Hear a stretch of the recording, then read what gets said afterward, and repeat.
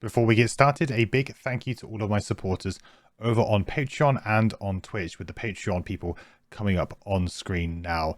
A big thank you to my legendary supporters, Mike, Kira, Truck Driving Gamer, and Obi-Wan Kanzi. Thank you guys, I really very much appreciate it. If you would like to help support me and the channel, then you can head over to twitch.tv/mandatoryquest and drop a sub over there. Or you can go over to patreon.com/mandatoryquest and become a Patreon member for some early access to some videos and some behind the scenes stuff. Today, we are doing the Drifters solo scenario. So for those who maybe don't know what the solo scenarios are and are like, what is this about?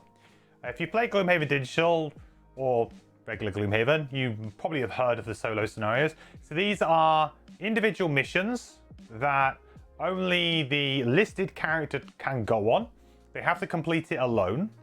They, upon completing it, they will potentially, or they will, get a reward, an item for their character that is specially designed for their character and is only usable by them. That is a new rule in Frosthaven. So in Gloomhaven, you could sell the item to the shop and other characters could get them. That's not true in Digital. Digital, they use the Frosthaven rules.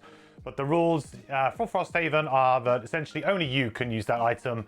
And if you wanted to get this item on, like say we were to retire our drifter and we wanted to get it again, we would have to complete this mission again with our new drifter in order to get the item. So, but these scenarios are designed to be a real challenge of how you play the character. They will reward you having a good understanding of the mechanics of the characters, and they are generally on the harder side as well, because they are kind of optional, not something that you need to do, but is something that is usually quite a lot of fun to complete, and the items are usually pretty cool as well. Now, in terms of how this fits into the Frosthaven campaign, these events do not, or these scenarios, sorry, do not count towards calendar progression or outpost phases. So in going to do a solo scenario, we would not be resolving an outpost phase when we return. We do not get to do a road event for when we're traveling to it. And it's kind of like we're just taking it off to one side. I think the general idea here is that these are not meant to kind of upset your current campaign progression, because, you know, ideally, maybe each player could take the game home with them that week and maybe do their solo and then come back to the group with their solo without upsetting the overall campaign structure.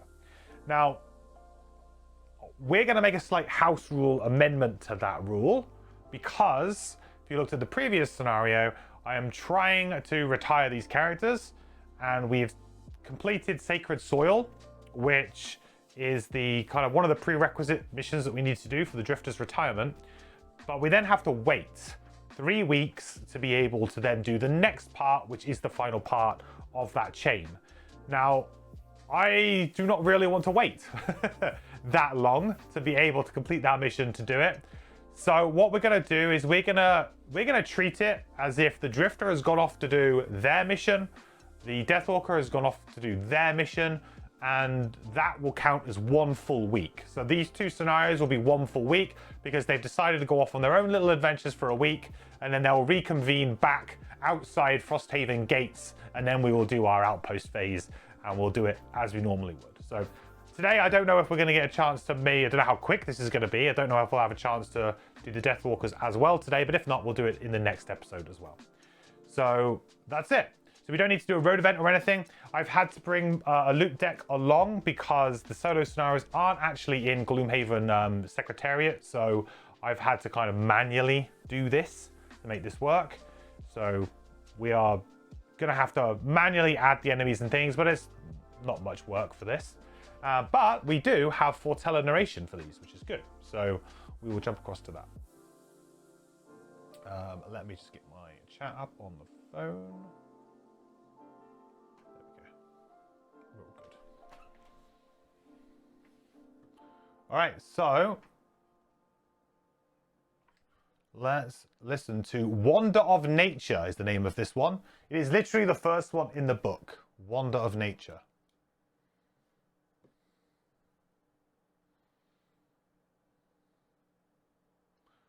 Will it load? Must have just been gold in the loot deck. Yes, it is just gold in the loot deck. Yeah. There is no other things. It's just coins.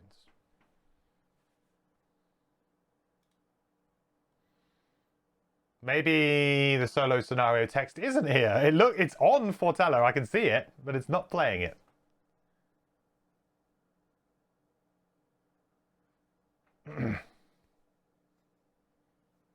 How about not actually advancing the calendar and just making it count towards it for the personal quests purposes only? I don't see how I could do that. Am I planning to do a full outpost phase? Yes. Okay, so this isn't going to work. Is it not going to work? Looks like the actual... Oh, hang on. Here we go. You stand beneath a roiling sky, a great white pine before you. You feel the charged air, as though a clan of Inox thunders nearby. A bolt of lightning strikes the tree, searing into the sky in one long blaze. Then all goes dark. A dream. You wake up, feeling homesick for a grove you've never seen, conquered by humans long before you were born. Yet you're convinced the lightning-struck tree exists nearby. Venturing deep into the woods, you search for it, determined to carve from its husk a new club. The wilderness brings challenges, as it should. Ragged hounds, ragged imps and their cackling mouths. You are determined to defeat them. You will reach this tree, which may have once been important to your people. Ooh, new club. Time for a new club. Drifter seems to be cursed by trees. It does seem that way. If I'm going to do an outpost event, probably best to advance the calendar. I have to advance the calendar, and if I advance the calendar, I feel like I have to do a full outpost event, because otherwise I'm kind of being a bit naughty where I am. Like, because obviously winter outpost events can be attacks, can maybe be negative things. You know, there can be bad things going on. I don't think there's any way for you to safely advance the calendar without drawing an outpost event, unless, you know, the game dictates you to do so. You know, I wouldn't house rule that in any way. Like, if you are going to advance the calendar, you should be drawing an event. Because, like, otherwise you're kind of messing up the tempo. Like, for example, like, us doing that isn't really upsetting too much, because it would be exactly the same as if we went to go do a scenario, we failed, and then we decided to come back and, you know, do an outpost event, right? Which is also a completely viable thing that could happen in the game. But I think the problem would come if we were to, you know, advance the calendar without doing the outpost event. You know, then we're, like, kind of cheating our way through the advancing the calendar.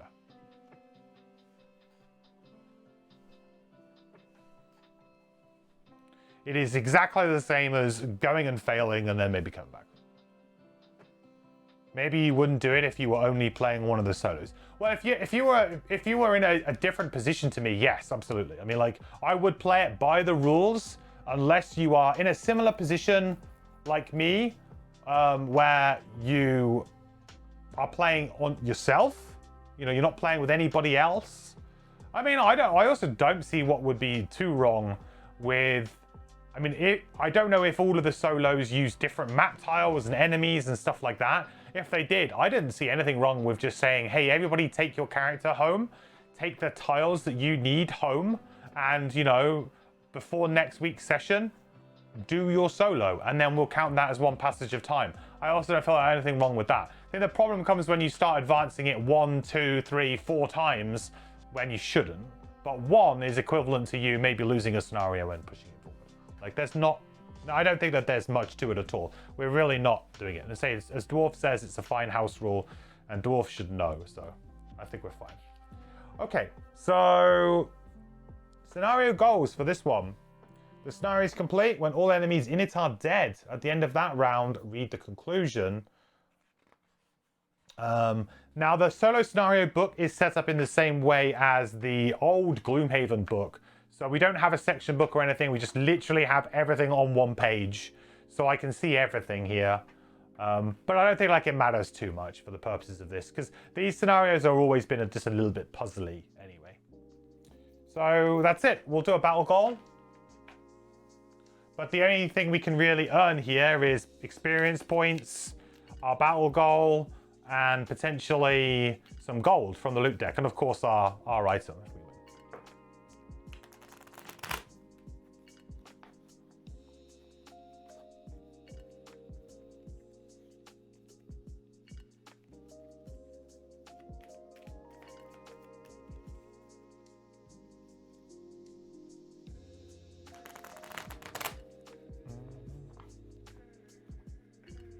Do I already know what the item is, or will it be a surprise? It's kind of like a partial surprise for me. I have a reasonable idea of what it is, but I have not looked at it properly. It's kind of hard because it is literally the first item in the item deck, so it's kind of hard not to just peruse your eyes over it. But, you know, with the solo scenarios items, you can usually put a pretty educated guess as to what you think they might be, because they're going to be something to do with the character's mechanic. So, you know, that's usually what they are. So usually you can kind of guess. And what I'm hoping for is that they're actually all pretty decent, because there were some stinkers in Gloomhaven for sure. So Gloomhaven Digital did a good job of fixing a couple of the really bad ones, but... so we got Duelist, Wastrel, Prohibitionist. I don't like any of these.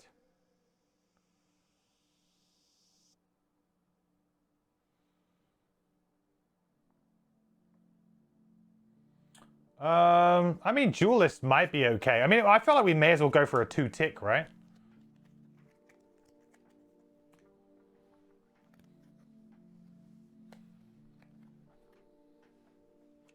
These all seem kind of harsh for me. Yeah, they're not the most easiest ones you'd be hoping for to have in your in a solo playthrough. All right, well, we got to get to the door. Here's the door. I'll put a number down on it. And that is all we got to do. Kill enemies, get to the door. This scenario seems very straightforward in terms of what we need to do. Right, so the special rules. That's kind of important. At the start of the scenario, play one card from your pool, not hand, and perform all persistent abilities on either the top or bottom action of the card. This does not count towards your starting hand limit of 12. Okay, well, that's very interesting. Basically, we get a free persistent. So, I mean, my thought here is to probably pick up the retaliate one.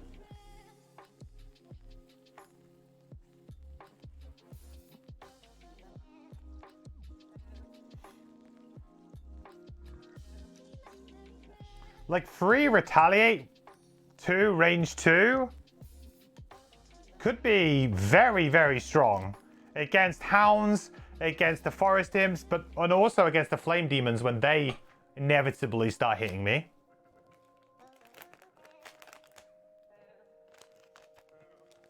Did I just add a bless to the dog? I don't think I did I? Oh, you're right, I did.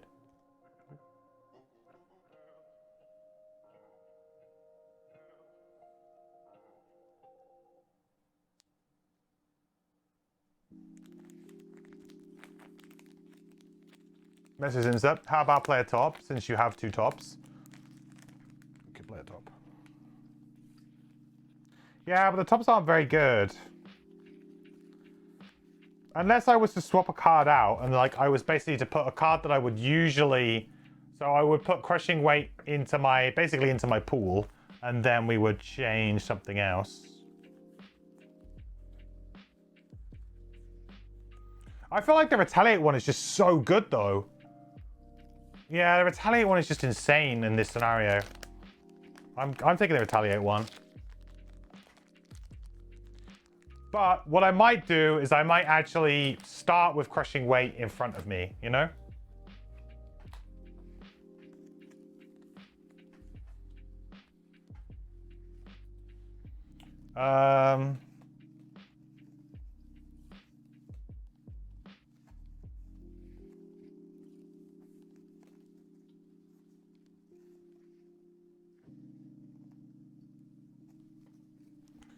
Because then I could play...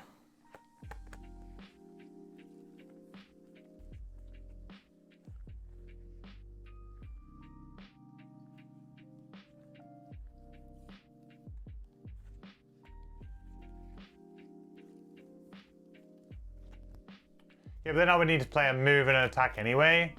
Yeah, that could be okay. No, I think I start with just the retaliate one in front. I start with the retaliate one in front because it's just 3 damage. Okay, start again. We'll start with the retaliate one in front. That was a very important special rule.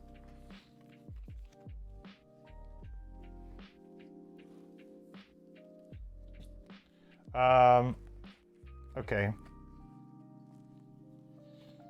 Then I could just play... I could probably just play Crushing Weight. And I could honestly, probably could have done that first turn a little bit better anyway. Now that I know that I've got 1 out already.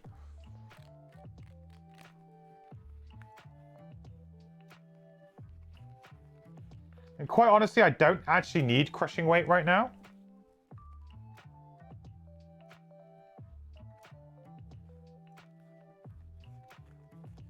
Yeah, okay. I'm going to leave it like this, and I'm going to continue on. Okay, so I think I'm pretty much going to do what I did the first turn anyway.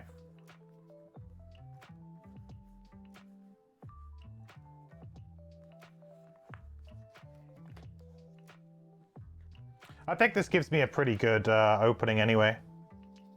The only thing being that I guess I'm a little bit nervous about wasting loads of charges of the retaliate early, but I think it's still good.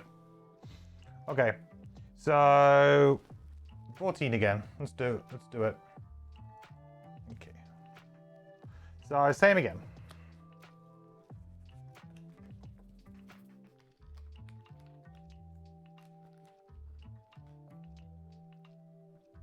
I've taken the Blessed away, Pelican.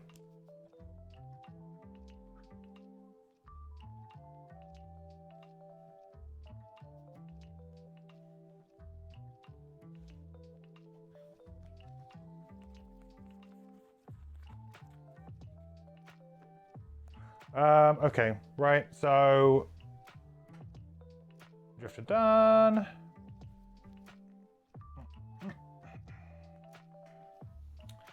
So he's going to attack for 5 with disadvantage. Oh yeah, I need to shuffle this. Shuffle.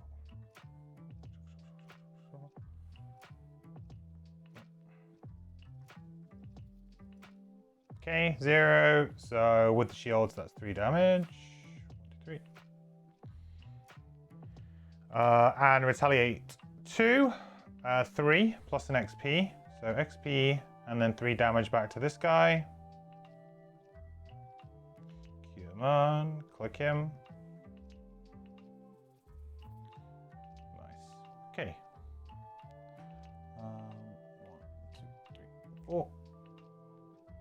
He's going to attack me for 2. Disadvantage.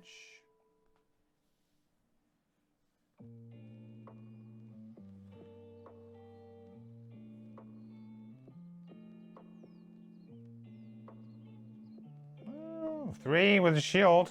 2. It's a nice draw there, huh? Mr. Forest Imp.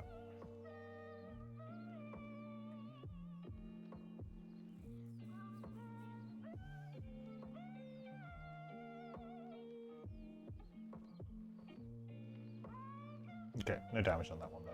That's good. Alright. Deathwalker's got to be... Oh, he's on sleep already. That's good. Right, next one.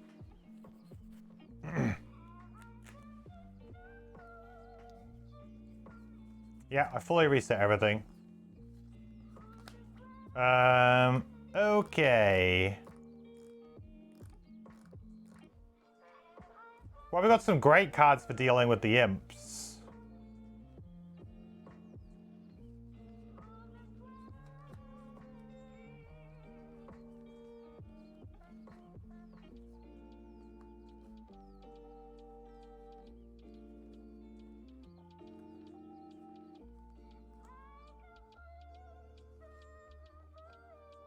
I can very comfortably deal with the imps.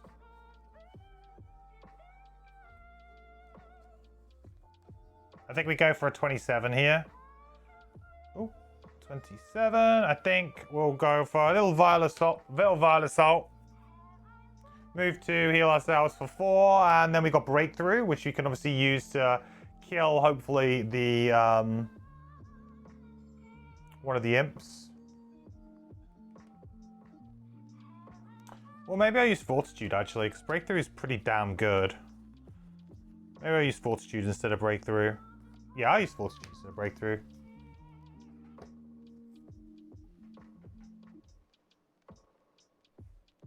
Draw. Okay.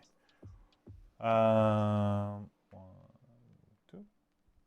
Heal myself for 2. That would be 4. And an XP. That is assault. Then we will fortitude. So yeah, let's attack the one that's closest to me. Obviously, number 3.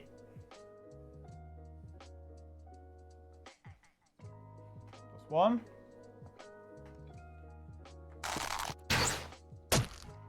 Drop of the loot.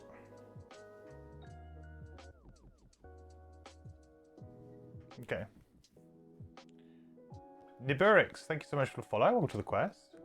What do you guys think of fundraiser to buy a HDTV for MQ display chat in extra large font? No, it's still messed up. It should help.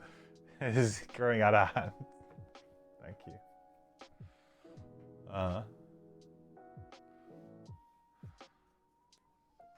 Extra large font. Jesus. I'm getting old, alright? Okay, so it's gonna jump to me. I mean, I would jump in there. Easier. So he's gonna heal the. Oh, sorry, number 3 is dead. So he's gonna heal the hound for 2, which does kind of suck because we kind of lose that retaliate. Oh, I didn't see that we're getting double attacked here by the hound as well. That kind of blows. With no disadvantage or anything either. Nice. Well, it happens, I think. I didn't move, so I didn't really pay much attention to him. Okay, so the hound's going to attack me for 3. 2. And then 3 again. 3. So that's 5 in total. We got away with that.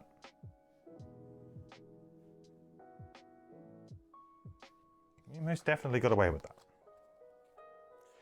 He's going to take 2 charges of retaliate, though. Bam, bam. So that's going to give me 1 XP.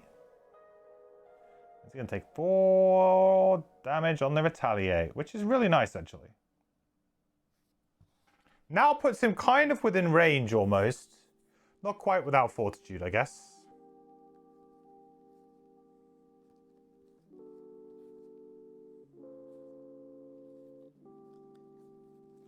Question is, can I kill these forest imps? I mean, breakthrough is just going to be really good for that.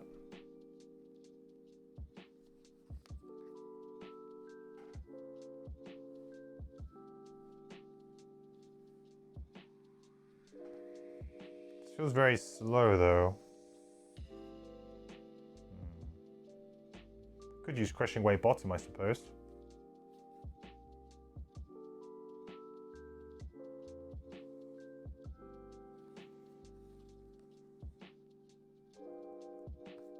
Could use at the bottom of consumed stamina, our new 6.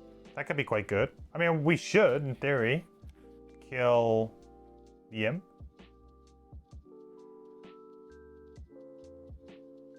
And then we're going to do 4 damage to the hound through retaliate. That's pretty good too.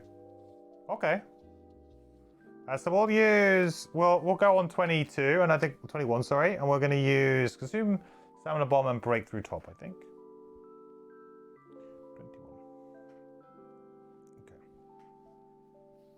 Hey, feed me.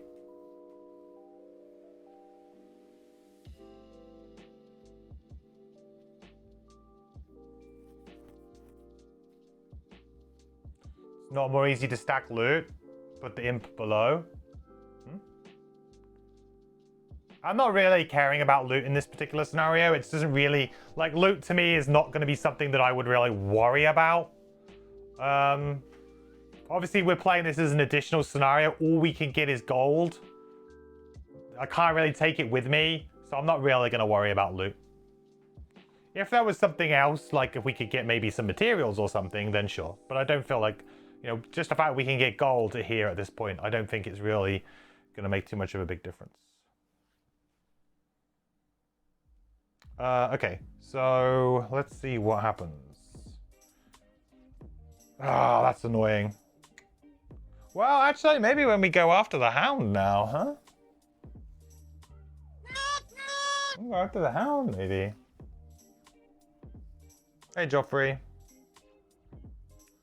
So anyway, there's not much I can do about this. He's going to attack me for 4. Big ouch.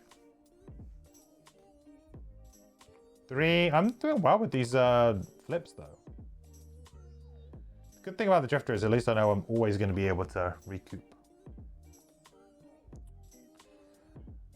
Okay, so that's the hound. I am also immobilized.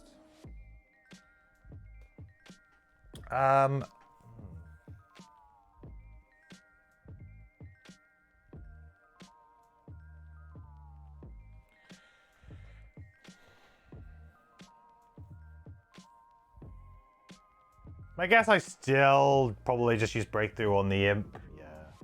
Okay, well I can't move anymore, but I can retaliate too, which doesn't do anything. But I can do the bomb of this is whenever an adjacent enemy dies this round, move the character token back on one of my persistent abilities. Cool. So we'll use breakthrough. So we'll attack for 4 on the imp. 5, 6. Very dead.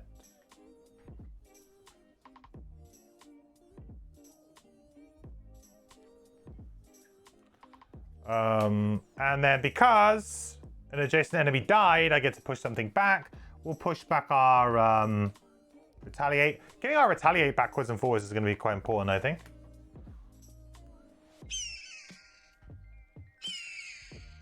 Two damage on the hound. Did I not do 2 damage to the hound? Oh, you're right. I don't think I did. So actually, it's there now. Right? Yeah. No, I did do 2. Did I not? Oh, maybe I didn't.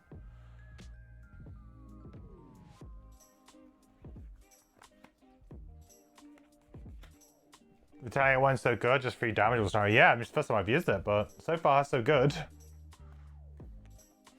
I think the problem with it though is like it's the one that I'm the most nervous about it just falling off.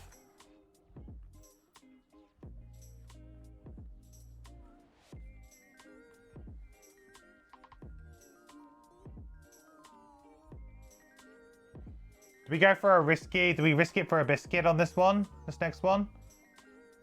This next round? I think we do. We go for a risky biscuit. Actually, should I have healed maybe last time? I think I probably should have. I'm going to use my Amulet of Life, sorry, on the previous round, just to get myself up to 3. So that's 3 health. Makes sense.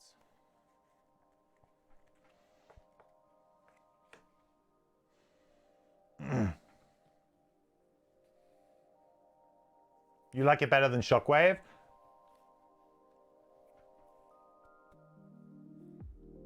I feel like with Shockwave though, Shockwave is quite good at getting, like, Retaliate to me has always been like a push-pull, because you can't, unless your character has some way of like mitigating damage. Retaliate is like you're trading health as well. Like there's an extra like little thing in the equation, like just relying on it. But I can see why you would like it more than Shockwave, because it does very cleanly deal with a few things. And if you're going to be attacked anyway, you may as well get free damage. But I do like the way that Shockwave works though, being able to like bounce it around. Shockwave being the more kind of aggressive version, and this one being the more defensive. But if you've got enough heals or shield, then you'll be fine. You'll be able to ride it out. Okay, so this is what I want to do. So I want to do Bloodletting and I want to do Gift of the Prey. And I'm kind of hoping that this is good enough. That I can get 2 charges back and I can go before the Hound goes. But that may not happen. Nope. So I'm going to be attacked for 4. Again, I'm no longer immobilized though. Get out of here. 5. It's just annoying because he keeps triggering this retaliate, which I really do not want him to do. Son of a bitch. Okay. So my go. We'll use Bloodletting top here. So attack him for 3. 4. Dead. Good stuff. So now, because he died, Bloodletting triggers. So we'll push back a charge on Relentless. Then we'll do Gift of the Prey move 4. I'm honestly just going to get to the next room. I mean, actually, how many cards do I have? 1, 2, 3. So I have 1 more turn before I need to long rest. Sorry, 2 more turns before I need to long rest. I could get gold here.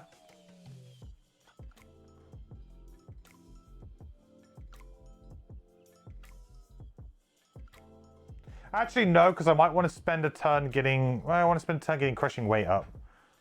There, loot. 1, 2, 3. Actually, yeah, I can. I can get 1 piece of loot.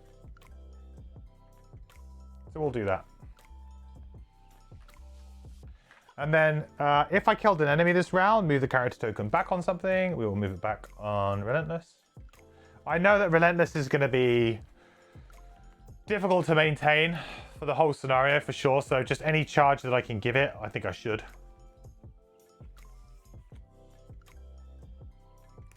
Oh, Shield Run Retaliate. Yeah, that needs... Sorry, that just needs to go to discard. Yeah.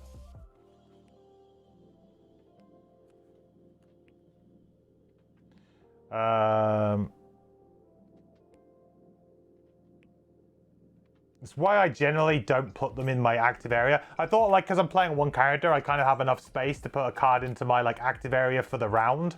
But I always forget. I always forget and leave them there. Okay. So we need to loot card. Ta-da! 1 piece of loot.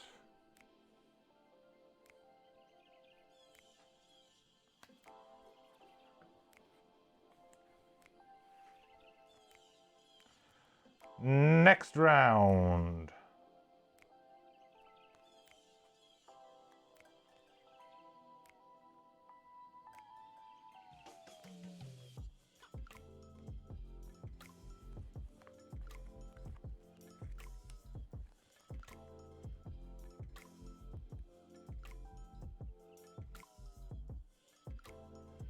Right, we're just going to get to the door. So we'll use our 17 to just move 3. 1, 2, 3. And we'll play Crushing Weight. So now we've got 3 up. Nicely for the next room. Oh, that is not the right token.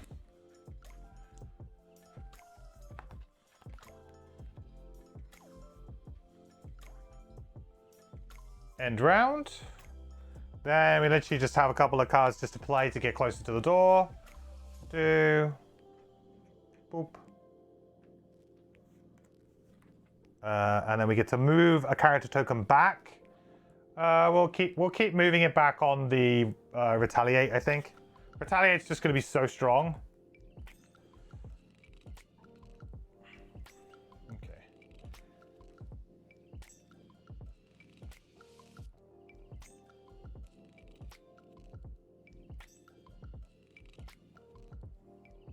It helps if I go to the next round. Okay, cool. Great. Pretty easy first room, to be honest. But, you know, this scenario, I felt like it's going to probably ramp up from here. Like, the first rooms generally can be quite easy sometimes. So those scenarios, they tend... Like, the Gloomhaven ones tended to often... Like, you could get off to really good starts and still lose them quite handily. Because of just something that happens, you know? We'll long rest before we do this, of course, but pretty much be opening that now. So reset, boop, boop, boop, boop.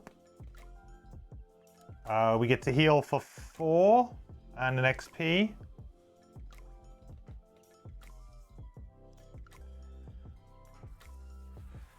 A little bit low on health. Got to be a bit careful here. We're going to need another big heal before we...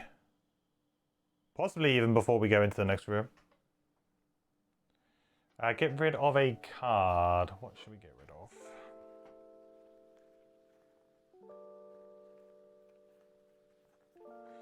So many good stuff.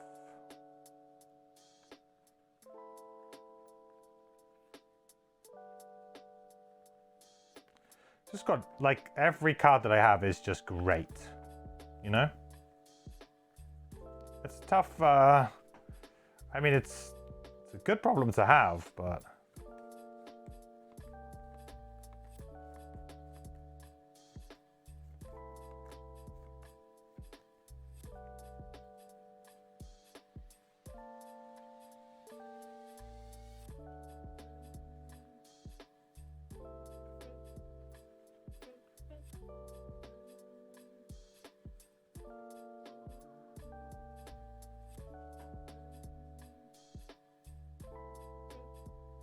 Maybe I get rid of sustained momentum, although it feels like a very easy way to just get free charges, really. Yeah, I'm hopeful that I can kind of kill things quickly enough. Okay, this round, what I'm really like doing is using the top of consume stamina here to try and get myself a nice heal.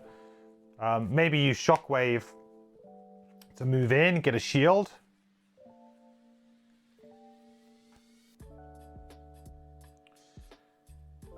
Got a nice amount of range on this, range 4 as well. And hopefully we can get ourselves a nice little life leech effect as well.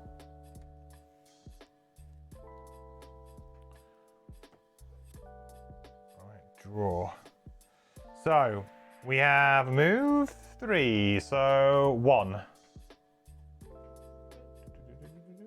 So what I'll probably do is I'll probably just replace all of this because there's no... I'm not going back.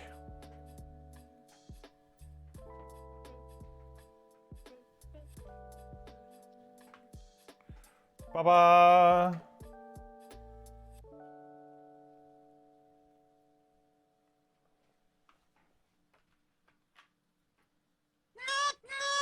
No, no.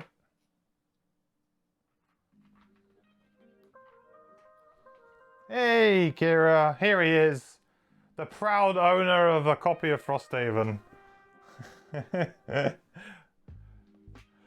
His watch is finally over. Have you picked it up yet? You have it? Okay, good.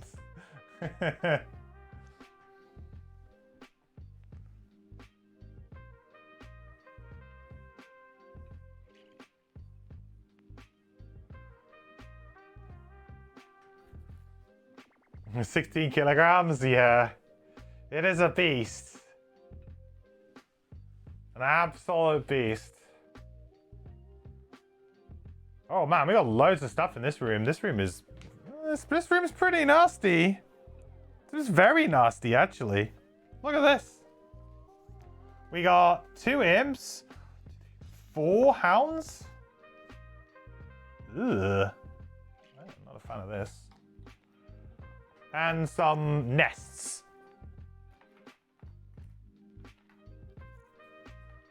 I don't know what, I think the nests is just aesthetic.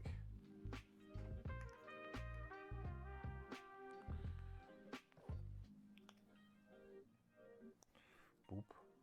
And boop boop.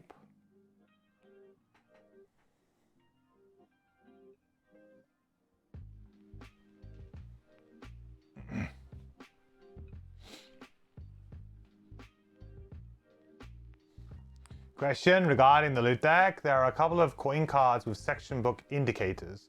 Are they to be used when building a random loot deck, or are they reserved for some special scenarios, and when do you read the sections? Right after you get the loot, or at the end of the scenario? I believe it's... I actually don't know, because I haven't drawn one yet.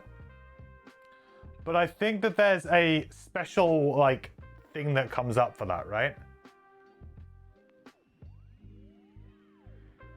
Yeah, don't use those until instructed. Yeah, because I haven't used mine at all yet. And I haven't seen anything relating to it. I presume it's something that comes out a little bit later on.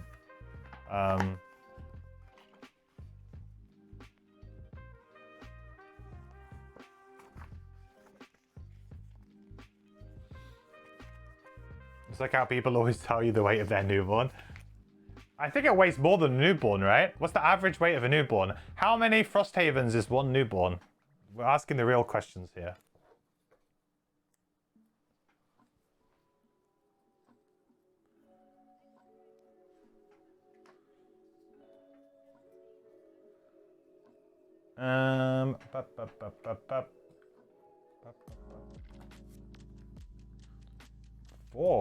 Four hounds. Four? Why did it have to be four? Have I failed my battle goal? Never exit a hex adjacent to an enemy except through forced movement. Oh yeah, I think I have.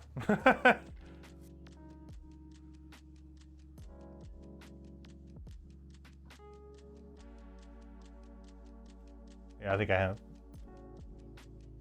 Oh well. The other two weren't very good. I think I moved away from the hound, didn't I, on the second turn or something?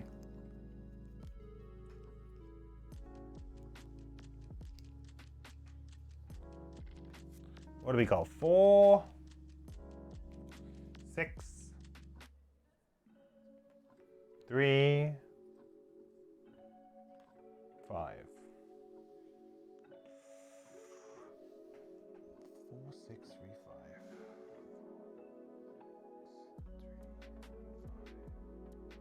Oh, they're only moving 2. Okay, this is actually a pretty good round for me, huh?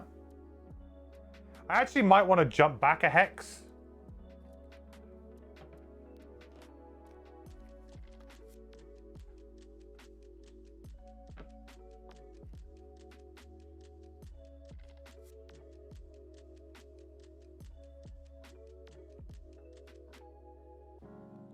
Playing the door here would actually be incredibly beneficial against these hounds. I think I may actually want to jump back a little bit.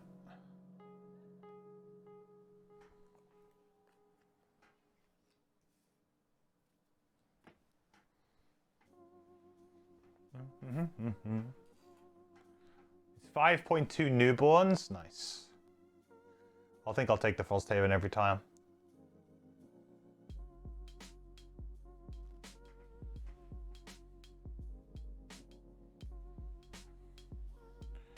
So I got 2 movement left. I think we just jump back 1. Oop. And we use consume stamina.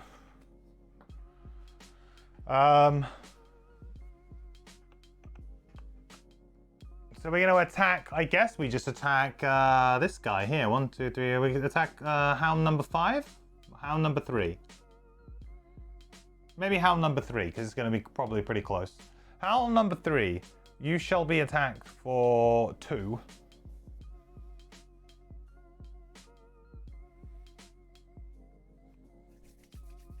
Three.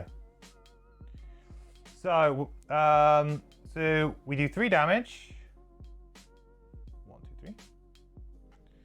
And then where we heal X, range 4, where X is the amount of damage suffered by targets of the attack ability. So that's 3 plus continuous health for 5. So we're going to heal up for 5.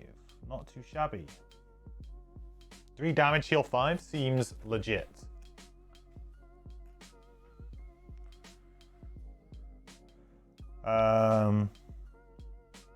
They create a what? They create a wild element? Do I get to choose what it is? Oh. Wow. I mean, I don't use any.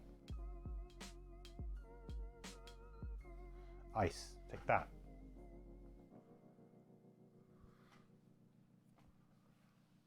I don't know if they even use it.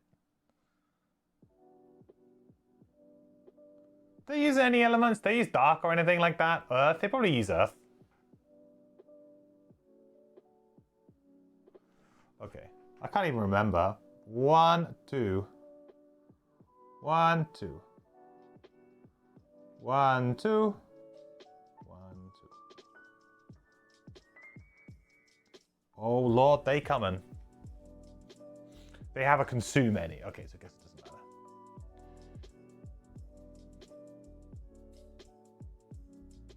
Next round.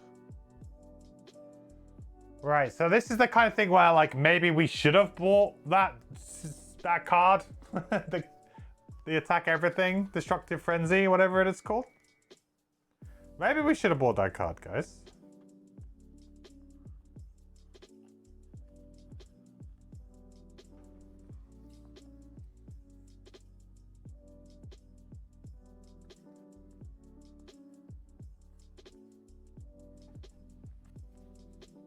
Notes per second attempt if needed, yeah.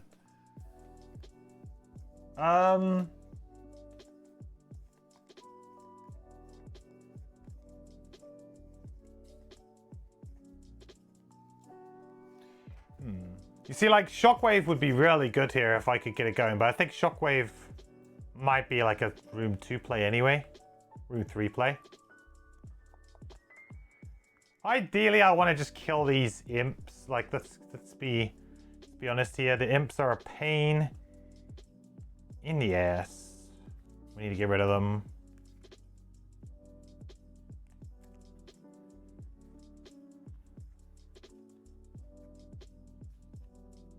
These guys have retaliate. They have retaliate 1, the hounds. Playing around the door does seem good, but I can't fully play around the door.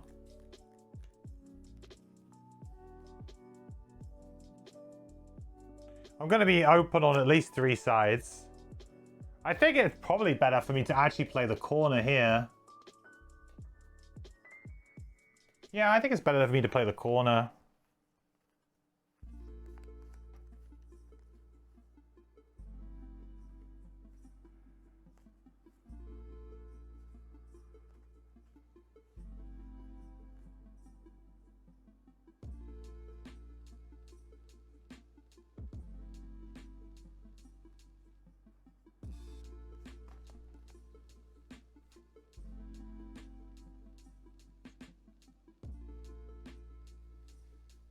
Then I can only get hit by 3 things.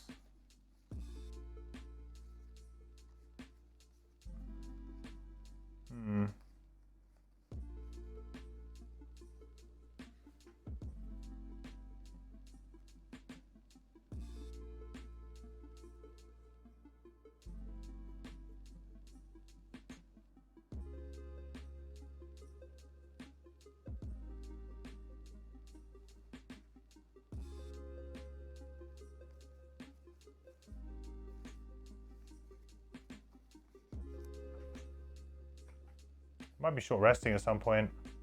Oh, I probably should have stamina potioned actually. Oh, I can stamina potion next round. Might have been a good idea to stamina potion this round. It's okay. I think I have a line. It's an okay line.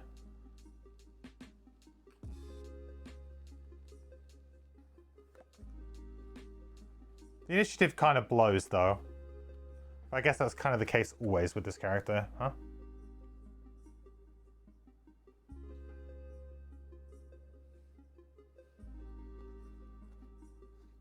The only other thing would be to do this, maybe. The only other thing to do would be like go super early and do like prudent preparation.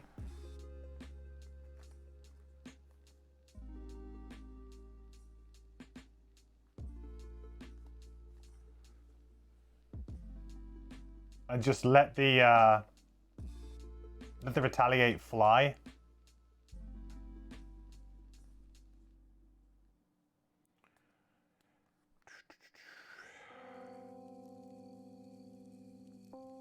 How good is Shield 1 here?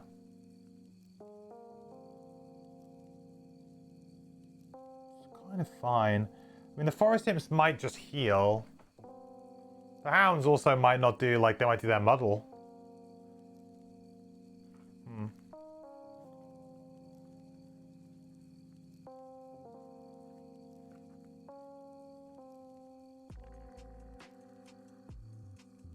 I guess the thing is 14 doesn't really do much for me. I need to be more aggressive, maybe.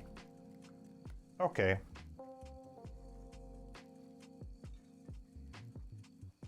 I definitely want to stamp pot next turn. Get consumed stamina back. Actually, consumed stamina would be really good in combination with prudent preparation next turn, possibly. Okay, I think I got a turn. Took me a while to get there. 31. We'll hope that that's good enough. If it's not good, it's not good. Okay, ow. We're not going anywhere fast.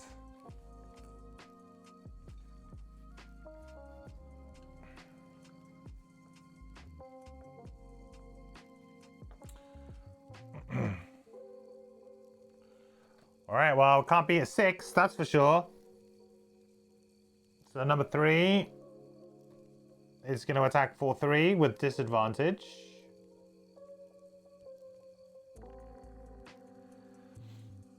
Miss. 4. 1, 2. Can't get any closer. Number 5.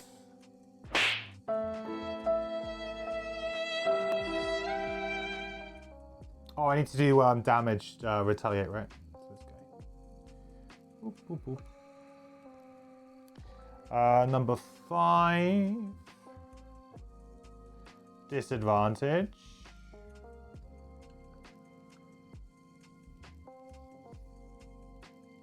3.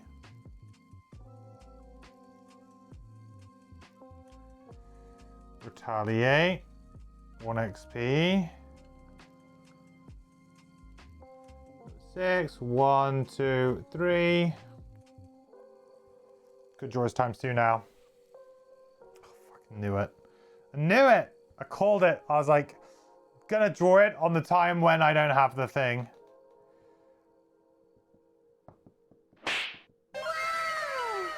Big wow. Can I take 6 damage? Yeah, I can take 6 damage. I mean, it's whatever. I got plenty of heals. I can heal myself up for 3, and then I can get around it with another heal next turn as well. So that was number 6.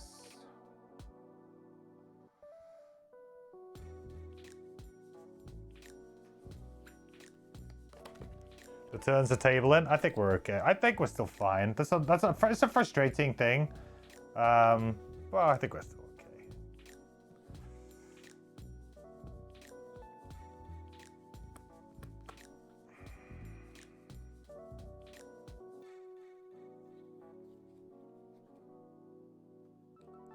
So I think we'll go Fortitude here.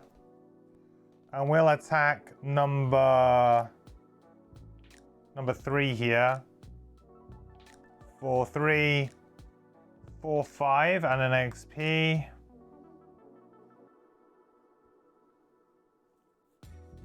4, dead.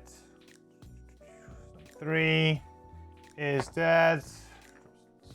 Token.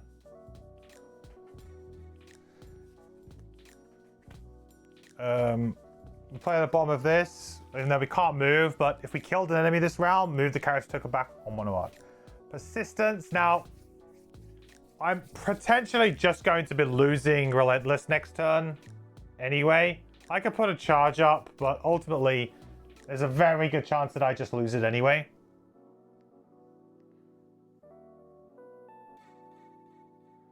So maybe it's better that I put continuous health because I'm about to heal.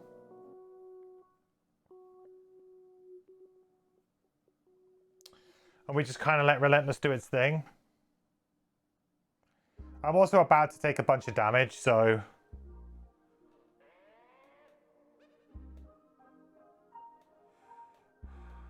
yeah.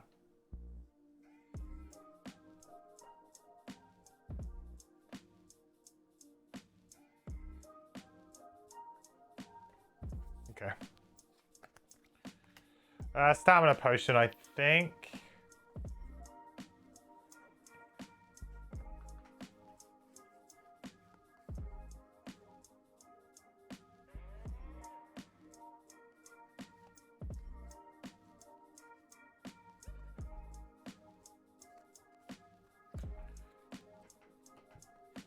We'll get consumed stamina back.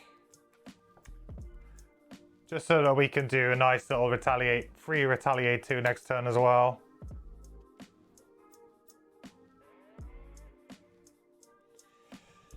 Okay, it's gonna move 1, 1, 2, 3. Okay. Oh my god. 4.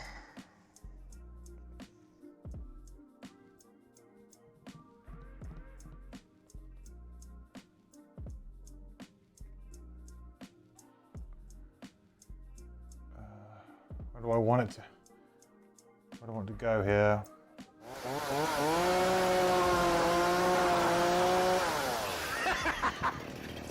Now that's a lot of damage!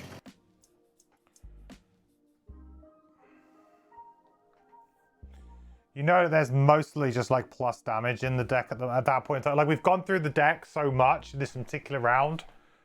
Like there's only 4 cards left. You just knew that it was not looking good for me there. You know, we drew the miss and we were drawing loads of -1s to start the scenario off. Oh, that was rough. And now we could just die from a very, very early draw from the hounds.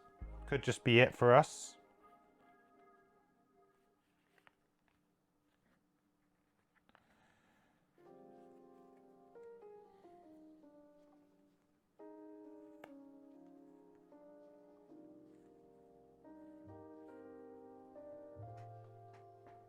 I really need a break. Give me a break.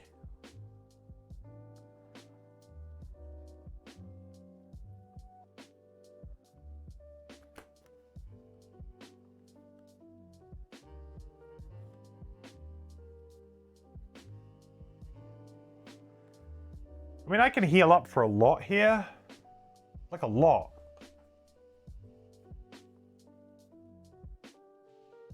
But do I need to go and deal with the imps? That's the real question here. How much would I attack for? 4 into a 3 with shield 2. Actually a 5. I need to draw +1. Number 4 has not had any damage done to it yet. Okay.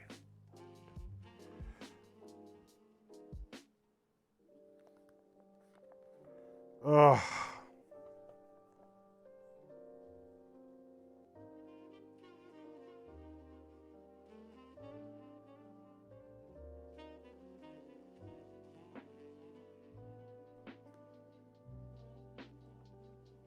You know, I can probably get myself up to like 9 health, or I could get myself up to way more than that.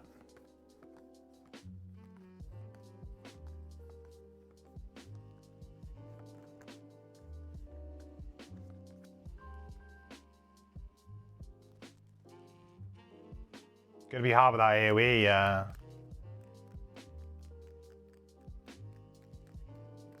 Hey, Gangster. What are we dealing with? It's the Drifter solo scenario, and it's pretty tough.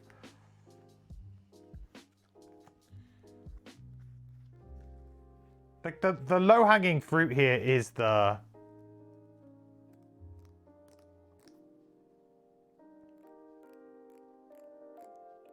imps.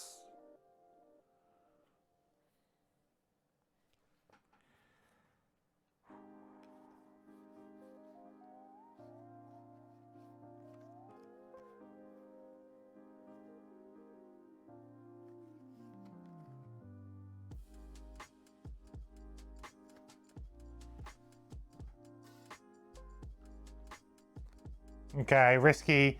I mean, I don't know. I've got a fairly risky turn. But I could get myself up to a nice amount of health. I could kill an imp.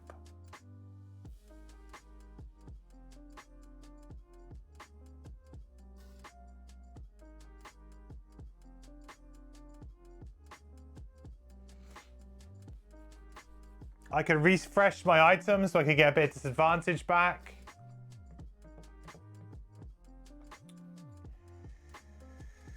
Ooh, decisions. I mean, I have like a really decent heal turn, but it means I don't really do much else. I also don't get any charges back. So I'm just going to end up losing 2 charges of my Relentless and it's gone. Go for the risky play, maybe. Let's go for the risky play. Screw it, we're going for the risky play.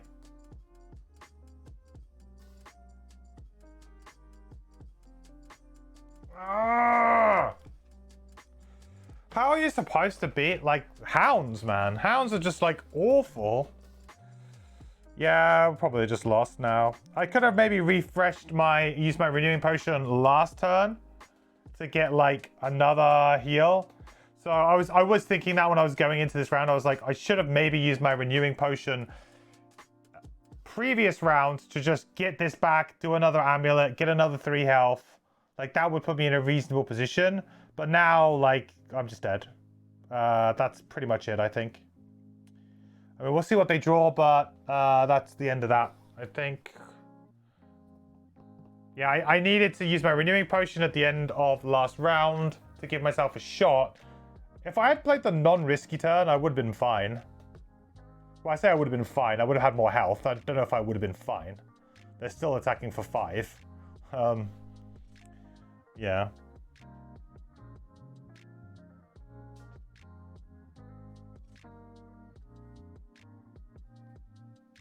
So what's that? 5. Yeah. So down to 1. 4. Yeah, burn a card.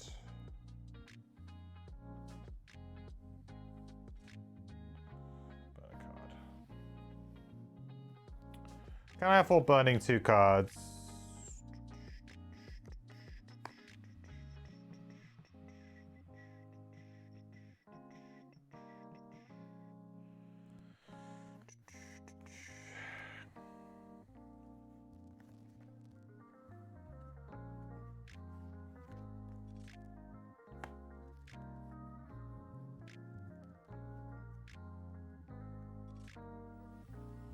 Wow.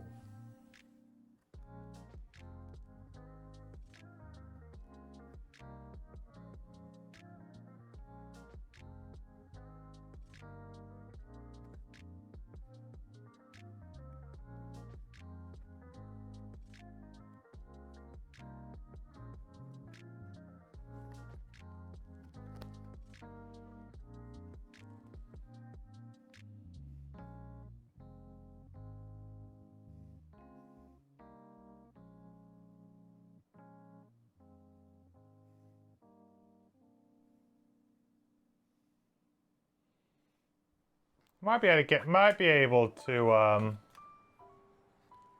sustain burning 2 cards. Just working out whether or not I want to even continue in this scenario, really. Or if I want to just restart. Burning 2 cards would not necessarily be the end of it. The thing is, there's only 1 more room after this, and it's not like I could probably do it. I think I just burn cards, and then we just carry on.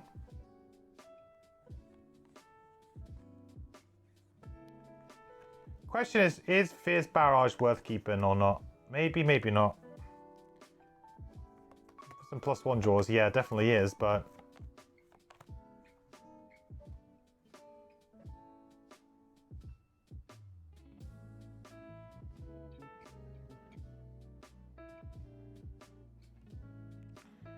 They're attacking for 1 as well, huh? I can give them disadvantage, though.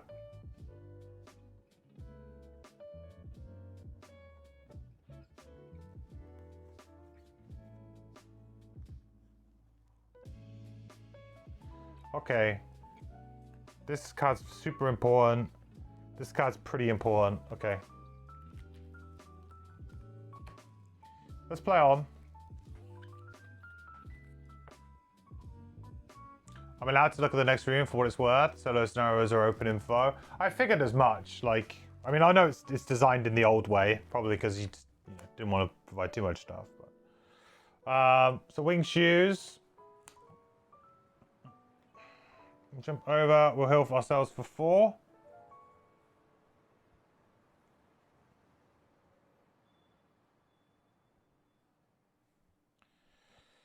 Again, an XP. Losing the retaliate is going to be really harsh for the last room, though. We've got other means, but the old shield up and let the flame demons kill themselves tactic is not going to be as good. Then we are just going to use bloodletting to attack for 5 onto, let's go number 2. 5. 5 with the shield.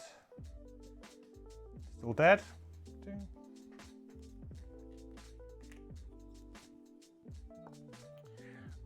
We get to push something back. We'll push back continuous health.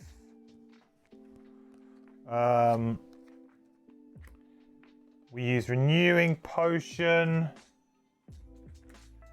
to reset these 2. We then use amulet to gain another XP and gain 3. Ooh. We then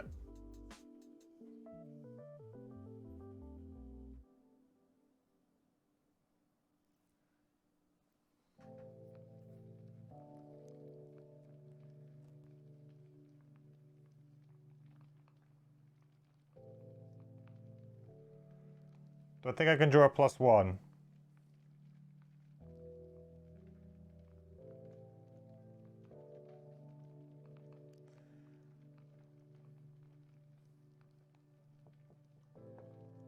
Not looking likely.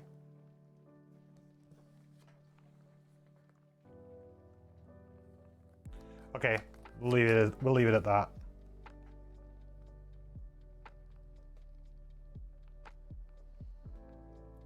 So this steps back. Does an attack 1, range 3, and curse with disadvantage.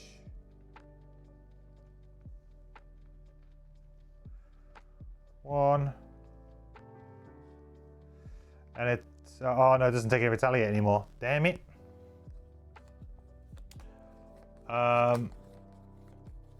Okay.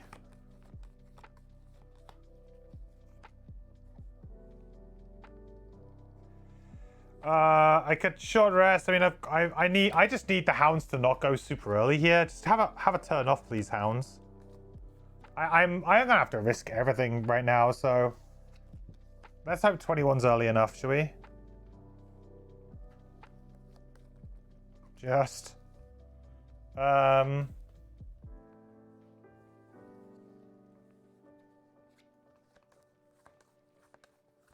what have I got? I got an attack 2 coming from the forest imp. So these are our cards. You know, ideally, we want to kill something here so that we can get a trigger back. I'm thinking I just move towards the door. We kill the imp with breakthrough.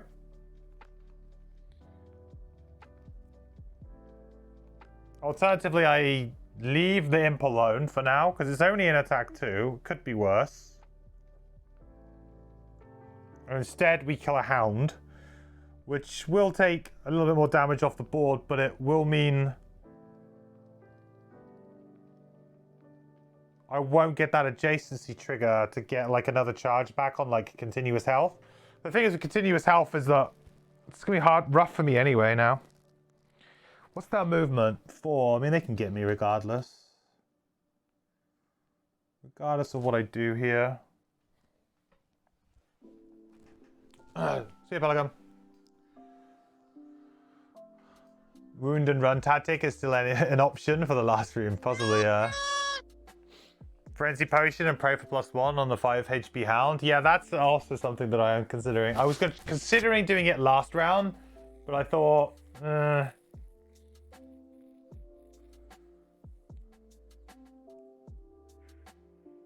I mean, I guess we are kind of in dire straits right now, huh? Gotta use everything that we got. Okay, so first off then, we will use Frenzy Potion. We're going to be doing an attack 2-4. Use our crude spear to attack number 5, who is currently on 5 health. So attacking him for 4. Hey! Now whose tables are turning?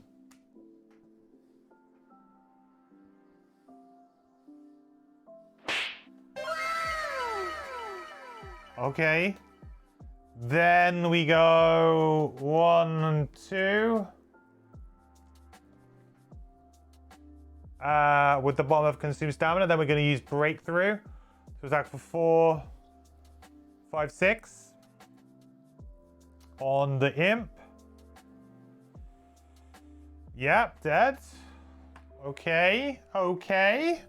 Never say never. Because something died, we get a charge back. Ew. Heal charge or attacking charge here?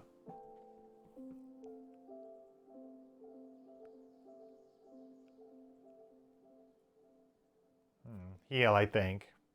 Because then we don't just lose it on a long rest. Praise the Sacred Oak for that, yeah. Okay, well, that was a good round. Very good round for us. We just about managed to hang on in there.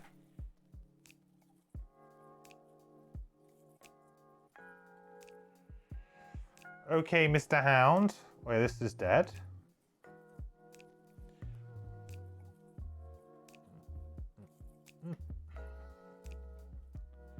So he's going to attack for 3 with disadvantage.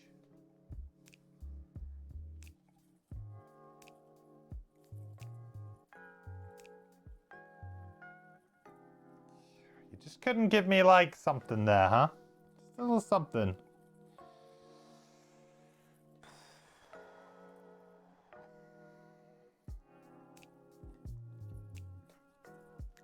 Just a flip.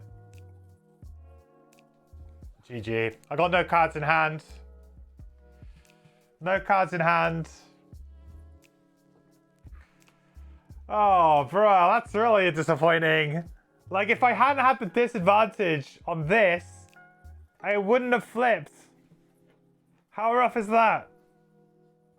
The disadvantage on this drew the ×2, essentially. I'd have to get rid of 2 from my discard. I mean, I can do it. Maybe there's still a chance, I guess. I don't know. I mean, we do it because, I mean, we do it.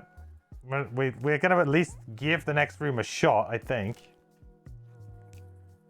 But that's so brutal.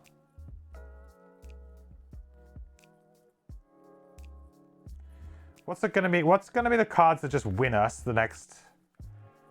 Fortitude, Breakthrough, probably going to be the cards that win us the scenario. If we can win the scenario. What's the card that's not going to help us win the scenario? Shockwave could do, but now might just be a little bit too much.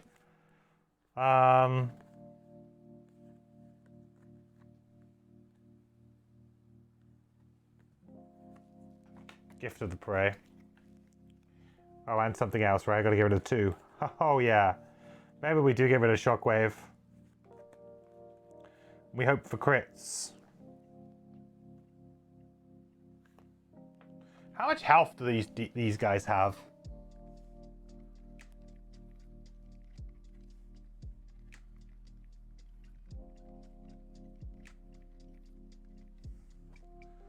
What are they gonna be, like level 4s or something?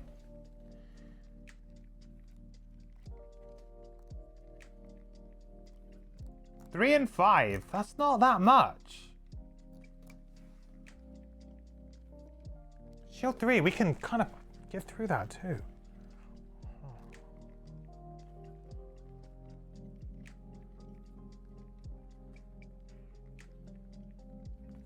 Let's get rid of Shockwave. Wound and run. Yeah. And then some long resting, hiding. There isn't just... there's 2 flame demons and there's 1 regular hound that we've got to deal with. I think what we do is we just, like, literally just sit back in this last room and see how we do. Okay, well, now I have to short rest to get rid of another card. I don't think we can do this realistically. One time, move and muddle, please. One time. Both these guys have got a lot of health as well, and both of them have Retaliate 2 on them, so... we might not even get through through these two, to be perfectly honest.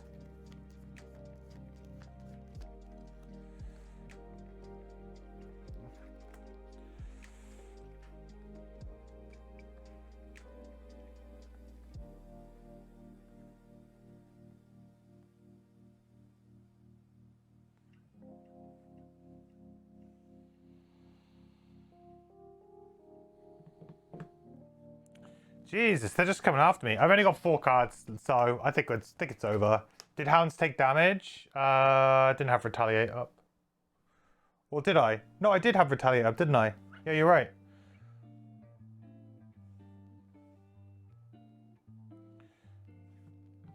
You are right, sir. Thank you for that. I'll take every little thing I can get. Okay, so we're going to attack 1 hound for 5. Actually, well, we'll do this first. I may as well move here and get this loot. So we'll do this, and we'll attack this guy for 5. And an XP. Feels a bit rough, like getting the XP. In terms of like a little bit cheesy. Okay. 5 dead. We'll get a token back on Crushing Weight.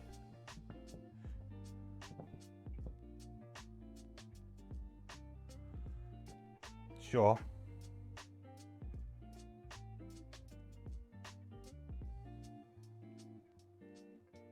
What number was that? Number 4. It's hard to say like how we could have done this other room a little bit better. It's kind of hard to say. Because I don't think like we did it badly. We just got some really rough, very low early initiative draws from the hounds every time. Like the first round, they were like, yeah, we're going to draw 6. Yeah, we're going to immobilize you and just surround you on the first turn. Like, that was like, okay. Yeah, that makes it very difficult. But we physically don't have enough cards to finish now.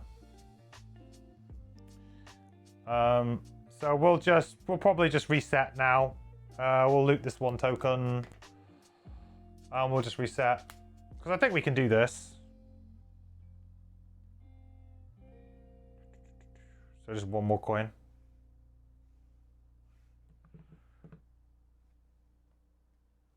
Okay, we'll just might as well stack this. Get ourselves rich. Yeah, okay.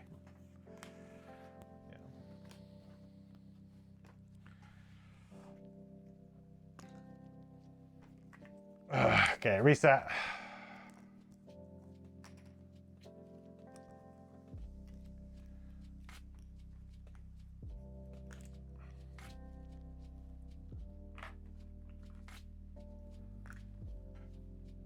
Sometimes the Gloomhaven gods just don't smile on you, huh? Sometimes it'd be like that.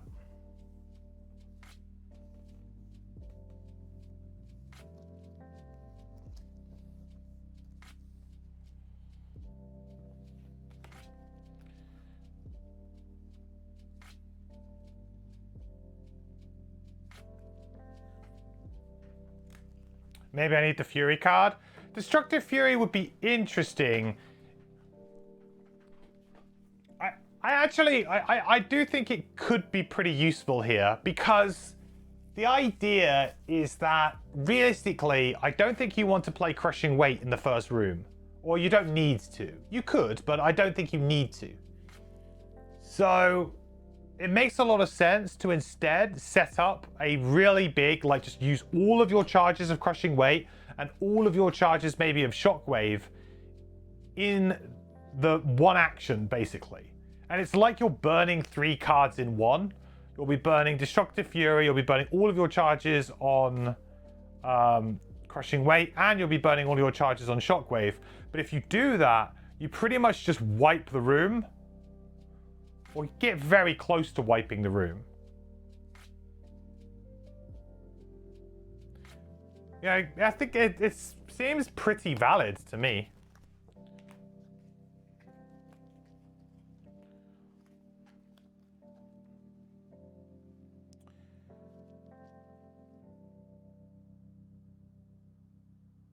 Oh, I didn't press failure, did I? Dang it. How much XP did I have there, guys? Like 10 or something?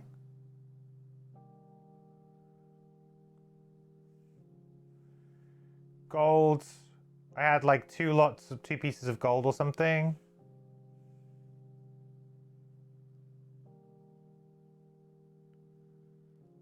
So like 8 gold. I should have put failure, restart. Why is my gold at 0 on this right now? Okay, well, I just need to remember to add it at the end of this. Just add it. Swifty! Thanks so much for the 9 months, buddy. Thanks so much for the support. Welcome back. The quest continues, my friend. Good to have you back. Hope you're doing awesome.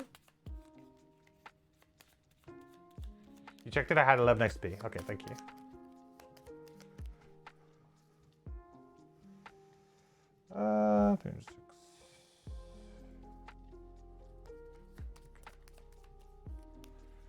All right, so I think this time I don't mind like how we played it. I actually feel like we played it pretty well. We just got a little bit of bad RNG, and we just needed to really be super aggressive. The great thing about, and I do really like the solo scenarios, and the great thing about them is that they are like little puzzles, you know? This one doesn't feel like there's as much going on though, compared to some others. Like some others, it feels very much like it's an intricate puzzle, and you want to play a very specific ordering of cards. I think in this one, there is maybe, but you could probably get away with not always doing that. So the question is, what one do I want to start with? Now, realistically, the Retaliate one I think is actually excellent against the Flame Demons. It really is. But that, I don't necessarily want to play it on the first turn. I don't want to play Crushing Weight or Shockwave until the end of this room. So really, I just need something. Now, I did manage to get all of my charges back on the Retaliate by the time I got into the second room. So I could, in theory, go into that room with all of my charges on my Retaliate up, all of my Crushing Weight, all of my Shockwave. And at that point, we can just go for it, right? We can just absolutely go for it. So we need to figure out a card to swap out for Destructive Fury then, and then we're just going to go to town on them.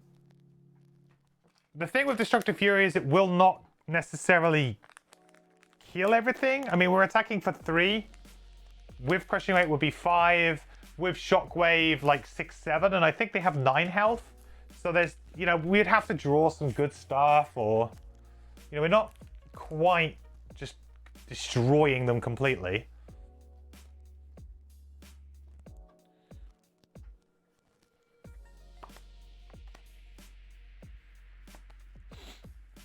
You think room 2 is a use Destructive Fury dummy room? Yeah. No muscle potion for it?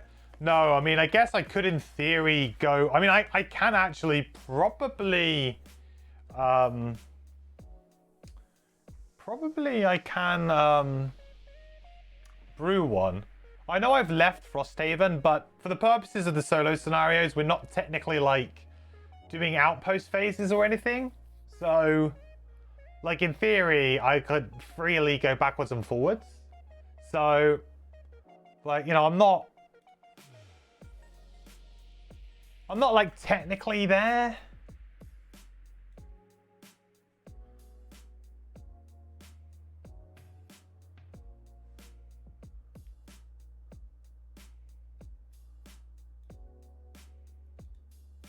You know, this is like a little assault course, the Drifter set up in his back garden, you know?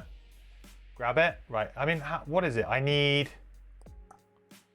I need the... Oh, actually, maybe I don't. Shoot. We went on an absolute tear, didn't we? Axe nut plus something else, isn't it? Axe nut plus flame fruit, is it? Yeah, it is. So I would need to distill something that would have flame fruit. Or I could distill the fire shield potion. I'm not using that right now. Let's distill the fire shield potion. Boop. That allows us to get a muscle potion. But that is everything now. We are out of herbs. We are fresh out of herbs.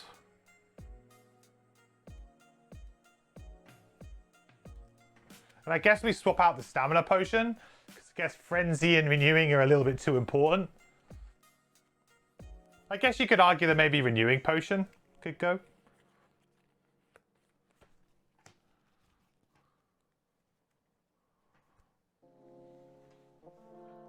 You know, renewing potion is... It basically is equivalent to like a heal 3 plus disadvantage on a few things, maybe. Stamina potion is obviously very good, but I can only get back the level 1 cards. Let's get rid of stamina potion. I think the other potions are all just good here. Okay, and then to bring in Destructive Fury, we should probably get rid of... Did we get rid of Fiery Barrage, Fierce Barrage? Because in theory, like, we're not actually going to use this at any point. Like, maybe towards the end to... I don't know, maybe after Destructive Fury we use it. Just to finish some guys off.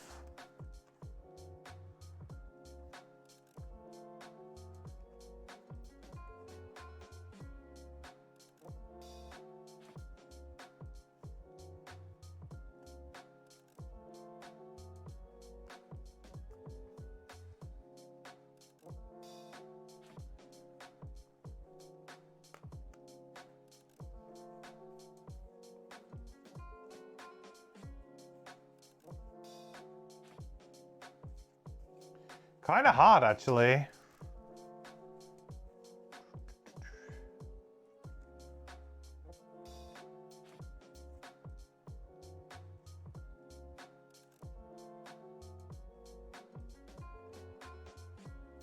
I like all of these cards too much. Maybe it's just sustained momentum. Because we're just going to, we're going to blow charges up all over the place. We're just going to be all of the charges. It's either that or it's prudent preparation because the initiative is ballpark.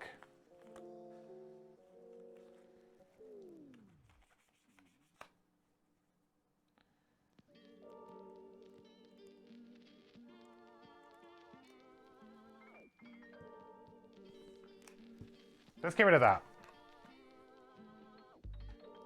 Oh boy. Oh boy, oh boy, oh boy. What have we done? Oh dear. I don't like this.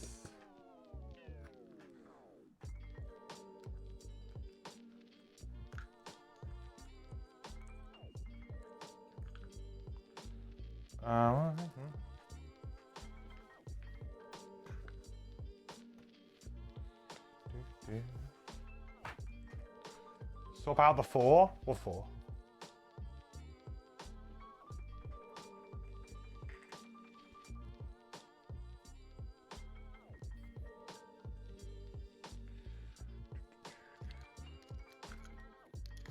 What did I do with the snowdrifts? Don't tell me I put them back in the box. No! Oh, thank God. They're in here. Snowdrift, snowdrift. Snowdrift. Okay.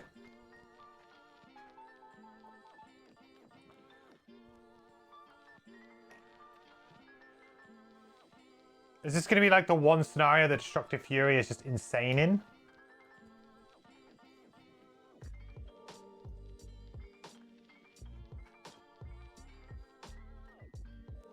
Okay.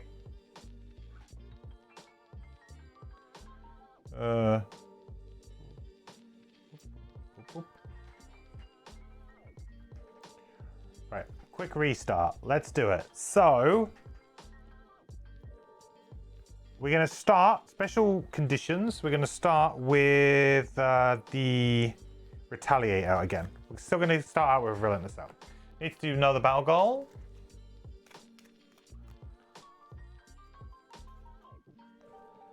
No, it's one of the scenarios, so it's insane in. It does feel very all in to basically burn through an entire 2 cards worth of passive charges. But I mean, if it gets the job done, it gets the job done, I guess. You know, you can't really argue with that.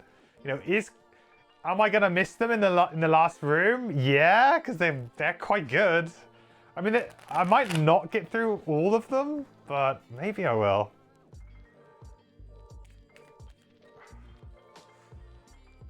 Oh, I kind of hope not. Right, what do we get? We got Miser, Sadist, Egoist. Collect more loot tokens than any other character.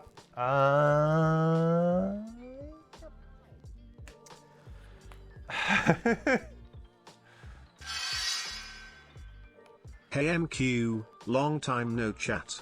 Hope you are good. Mr. N the Missus welcomed our little boy recently, 6 weeks old today. Nearly named him Craig Smile. Oh, amazing. Bobby, amazing. Well, thanks so much for the support, dude. Good to see ya. Hope you and the missus are doing well. I hope the little one's doing well as well. Congratulations, dude. That's crazy. 6 weeks old. Why didn't you name him Craig? I mean, what did you name him?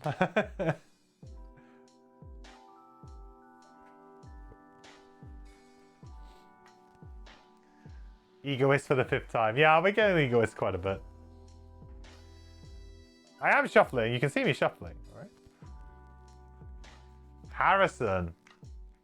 Respectable. Respectable. So it's a good, strong name. Harrison Ford. My favorite Star Wars character. Oh, original Star Wars character. Han Solo. You know. Lots of good Harrisons out there. Yeah, some great Harrisons. Did you name it after a specific Harrison, or did you just like the name Harrison? You just think like this is a good name. How do you make the weird voice talk? We want to scream reminders in a very polite sounding voice.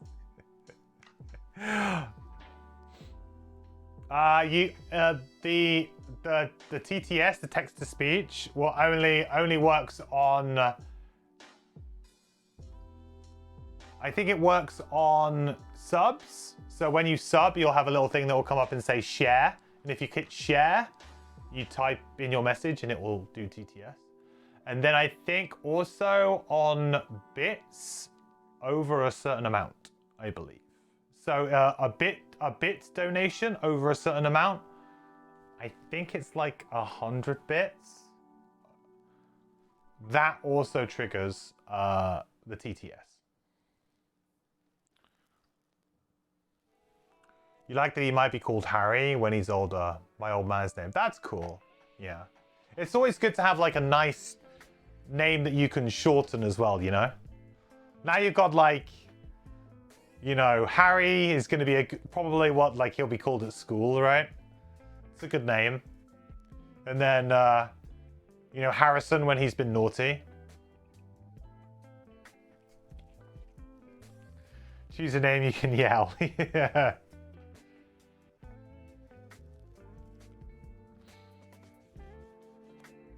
You have a girl coming in July, name her Hale. Hale, I think, is actually a pretty... So I think it's a pretty underrated name. You could go full and go Jaxera, you know?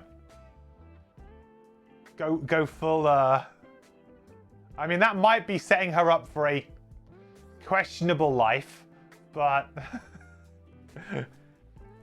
Hale, I think, is actually a pretty subtle but good name. Like, one of those kind of names where you might know, like, it's got some other meaning, but, you know, to most normal people, it would just sound like a nice name. Like, they wouldn't have any clue. Like, the, The one thing that I had that I just didn't... I had somebody at work. They had their... they had a baby girl, around the same time that Game of Thrones was going on TV. And they named their little girl Khaleesi, which, although sounds really nice, I was like, oh, like, because it's... like, and this was before the final season as well, by the way. So, you know, that obviously didn't pan out very well. But it was like, it's so blatantly, obviously from the show. Like, you can't be like, oh yeah, that's a really cool name that we, you know, that's got a nice little meaning as to reason why, like a nice family story behind it. It's like, no, it's literally just from the Game of Thrones. And I was just like, you know, it's a really nice name. But it's so obviously from one place. Like, it's you know, it's a nice name, but it's, you know, like at school, people are gonna be. I mean, well, I don't know. Maybe when she goes to school, there'll be loads of Khaleesi's. I don't know, but because I think it was a popular name that year.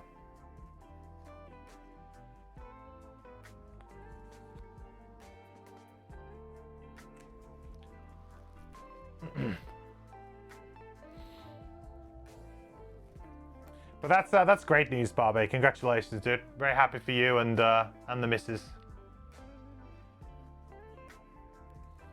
Right. We've got to figure out how we're going to win this now, though. How do we win? Same way we always win. Hitting things with a big stick.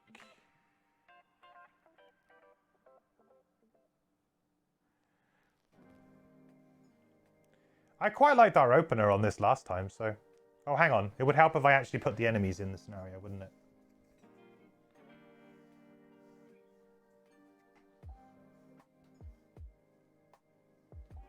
2 and 3. Okay.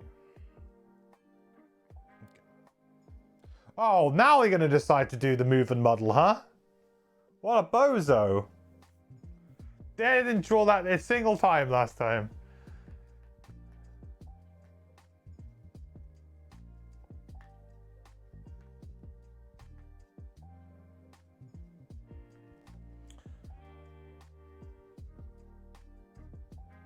I guess I'm muddled.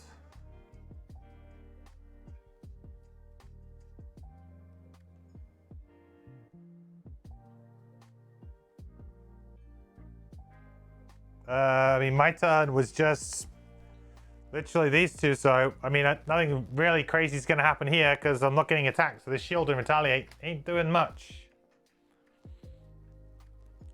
Drifter strategy, throw big numbers at them. Yeah, we have to throw kind of medium numbers at these ones, and then the big numbers come later.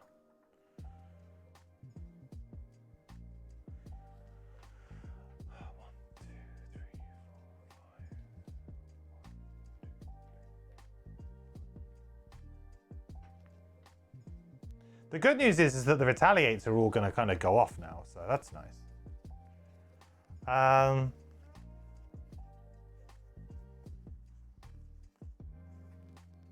Where are my other cards? Oh, I was like, I've got loads still on my discard from last time. Like, hang on a minute. I only played one turn. Where's my Fortitude gone?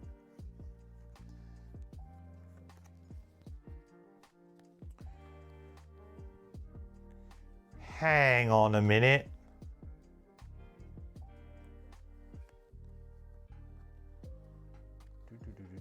Do 31. 31? No, 21.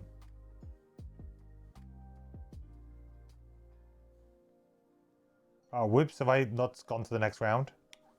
I have not. I'm getting ahead of myself with them today. There we go. 21. All right. Okay. So we're gonna go 1.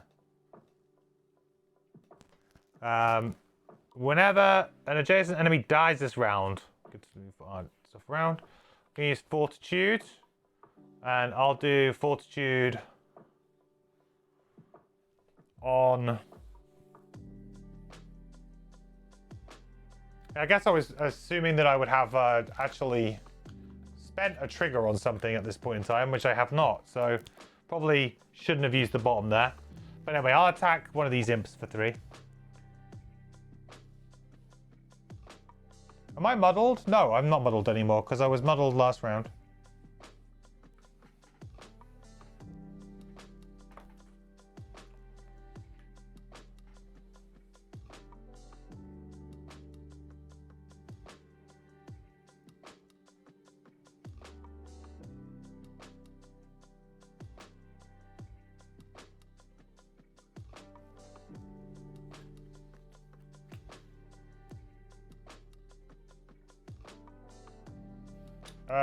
So this guy's going to attack me for 2 with disadvantage.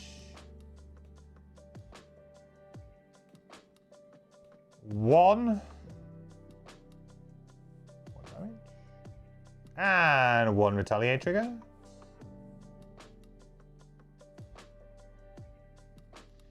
Hound is going to attack me for 5 here with disadvantage.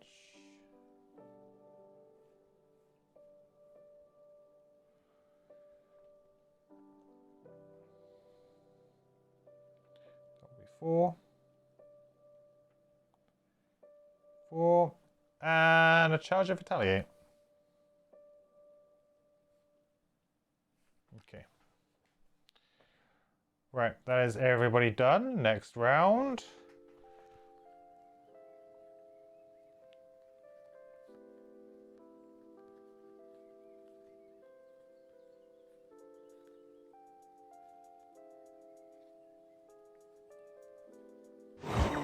I think trying to keep the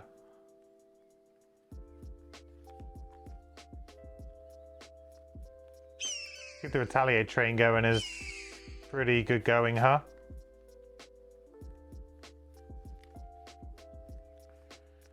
We'll go 17 here. We'll go 17. We'll just move and shield, and we'll use bloodletting. Hopefully, get a charge back on our stuff. Also, my extra retaliate. Which extra retaliate? Oh yeah, 2 extra damage. Sure, gotcha. See, I put this up here and I forget where it is. Like, I should just stop putting things in my active area. I just forget them so much.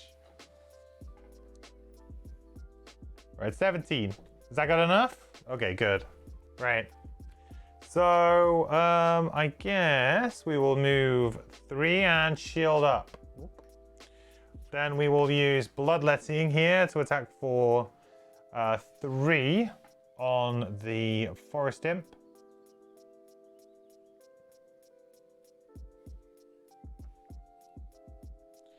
PS3. Gets the job done. So this dies. Token. Then we get to move a token back. We'll move a token back on the retaliate because we killed something. Very nice. Drifter is done. We have shield 1. So we're going to be attacked for 4 here. 3.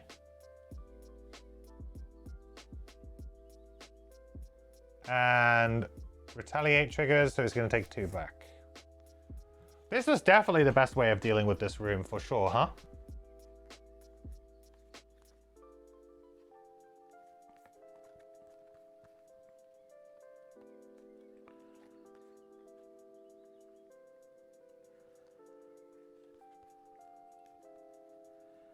Just feels like easily the best way of trying to do this. Oh, loot token. Give me the loot. Oh, 2.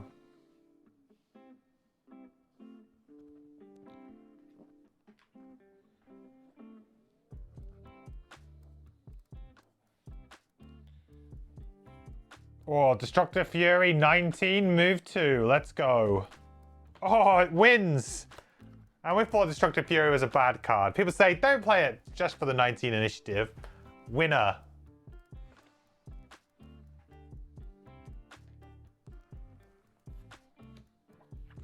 Gonna use Gift of the Prey to attack him for 3.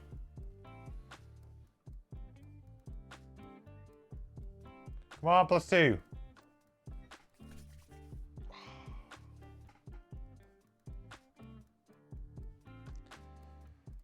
so close. We'll use Amulet of Life here to heal ourselves up, gain an XP.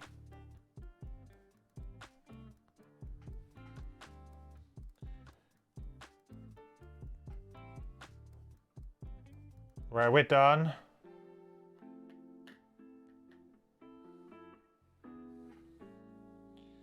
That is 4. 4. He's going to die to the retaliate, and we gain an extra XP. Not too shabby. Easy room.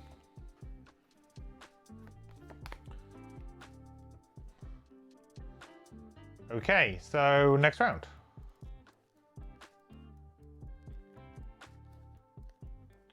Now, I don't have Shockwave currently in my hand, but I could probably waste a turn at the door getting that going.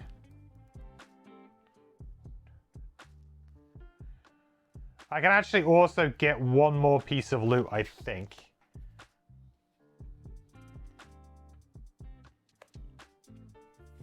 The only thing that I won't be doing is getting more retaliate charges, which kind of sucks a little bit. So we go 27. We'll do a move to heal 2. Boop. It's there. Get that loot. We will heal for 4. Then we will play Crushing Weight.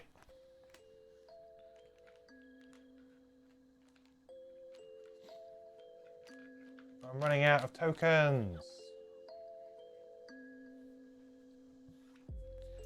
Right, that's the end of that round. Yep. Then we go simple move 4. Do nothing here. I think get to the door.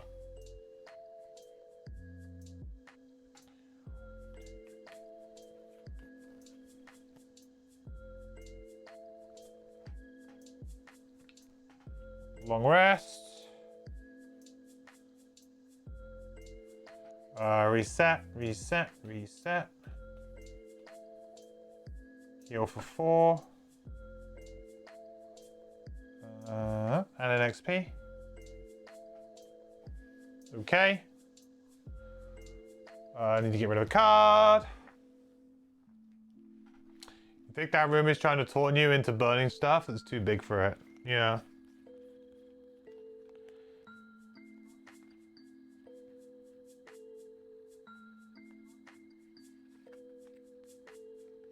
I feel like we're in an absolutely, like, brilliant position right now, though. Like, so good. The question is, though, with the layout, can I Destructive Fury, like... This is the layout. We gotta try and figure out, like, can I Destructive Fury...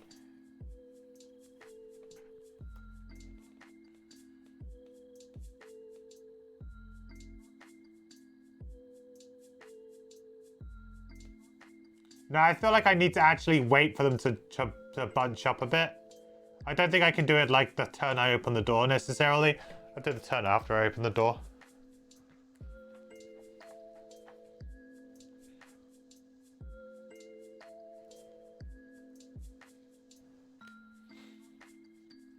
Hit F5. Quick save, quick.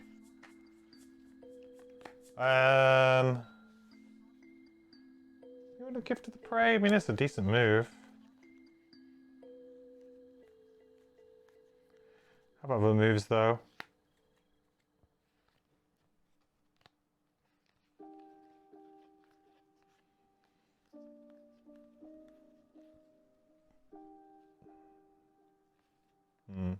Yeah, give it a Gift of the Prey. Okay. Right, next round. So... This could be like the setup round, so I could play Shockwave, and I could like just drop back a little bit.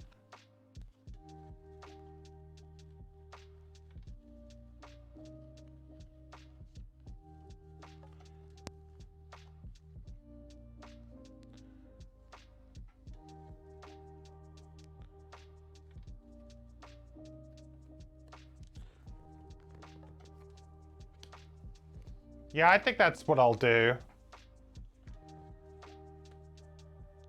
I might just use this as a move too and just go...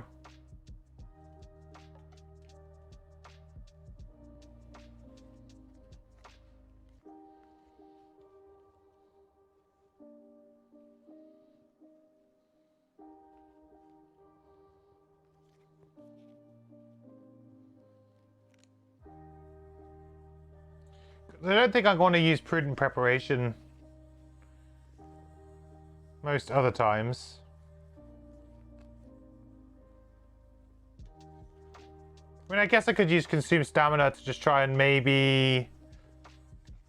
But I'm thinking, like, if I get this whenever an adjacent enemy dies, this could be super good with the Destructive Fury. Yeah, let's just do this. I just don't see a turn where I want to play that.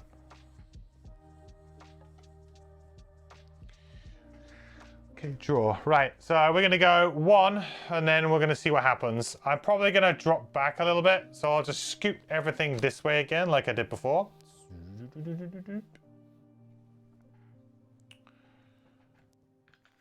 And we put the door,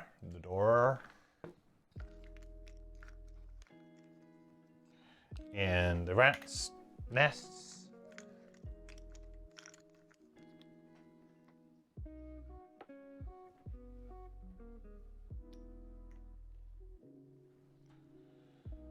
Here come the hounds.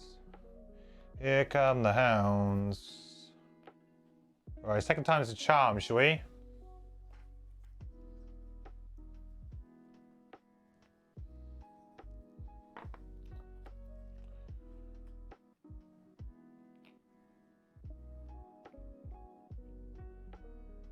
Two and 3.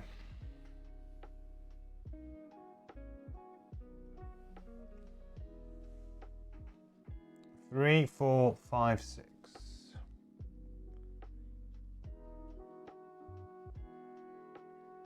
Okay, so they are moving for 4. This is actually a little bit of a scary thing. I will drop back.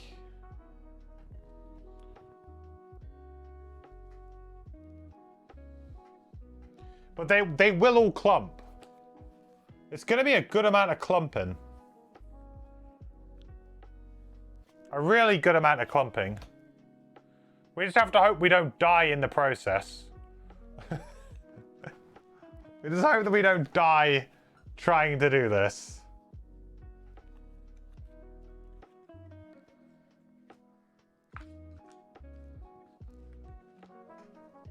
There's something satisfying about having 4 cards in your active area on the Drifter. Very satisfying. Okay. Right, well, here they go. So he's going to attack for 3 with disadvantage. So 3.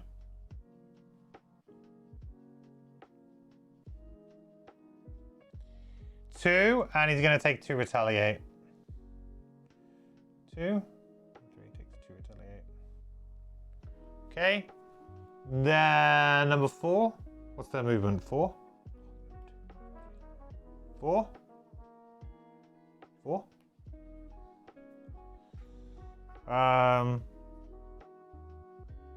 Nothing else happens. Number 5. 1, 2, 3. Can't get in. 4. Number 6 can get in. Oh, hang on a minute. Let me put these back a second, because I'm just thinking, actually here. Was number 5 was there?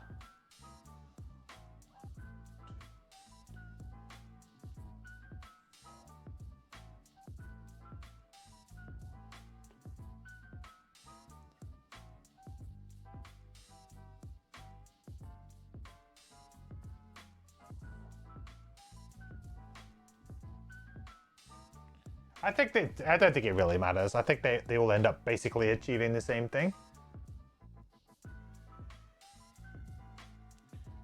It's just kind of annoying that there's not... But I mean, it hits them, right?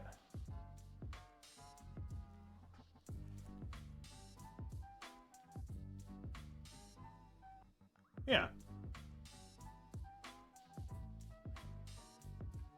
Yeah, I can get all of them with Destructive Fury, like that.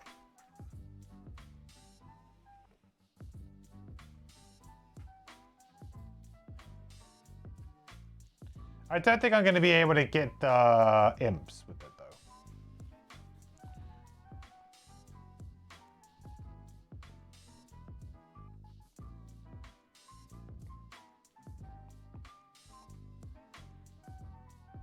Not that I really care about the imps too much. It's just annoying that this disadvantage thing happens. Then a curse goes in.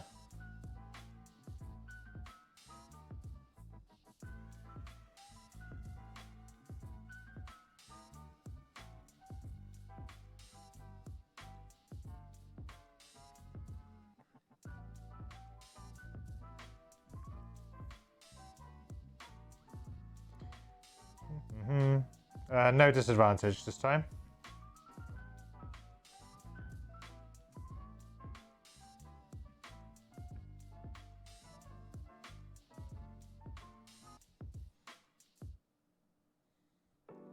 Right, here we go then. Here we go, everybody.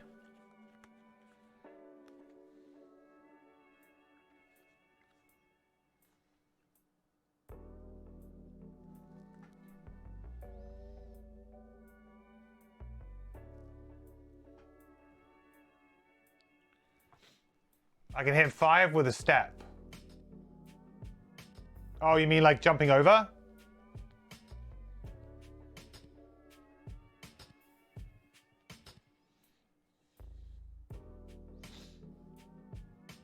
Oh, you mean like going to here? Yeah. Yeah, I was thinking that. I was like, yeah, I should be able to get them like that way, right? I was also thinking like, could I, in theory, jump over to the other side? Okay, well, I've got to go on 19. I've got to do it. It's the best initiative we have. We've also got Consume Stamina to hopefully, potentially get us some triggers back as well. So it's very important that we resolve all of this in a very particular order here. All right, no, just hounds, please. Play ball. That would be brilliant.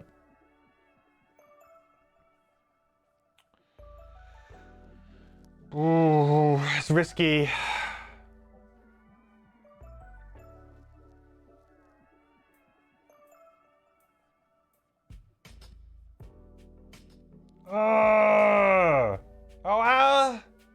Yeah, that sucks. Muscle Potion's gonna be nullified. That's not great. I mean, it could have been worse, but it's certainly not great. Not the best thing we could have hoped for, not the worst. Because now they're also going to just basically split up and make it really awkward for us to try and do this. So...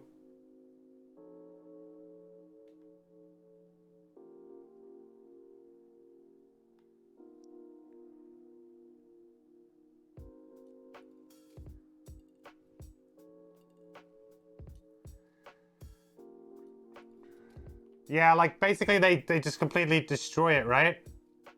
Yeah, they absolutely wrecked us.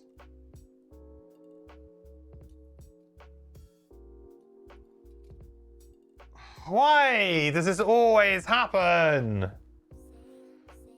They don't draw it at all last time, and now they've drawn it immediately.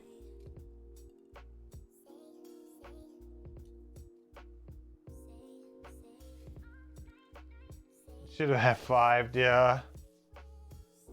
I mean, I could short rest and get Destructive Fury back and just try and do it next turn. Like, just try and ignore that that happened. Short rest, get it. Like, it's that good.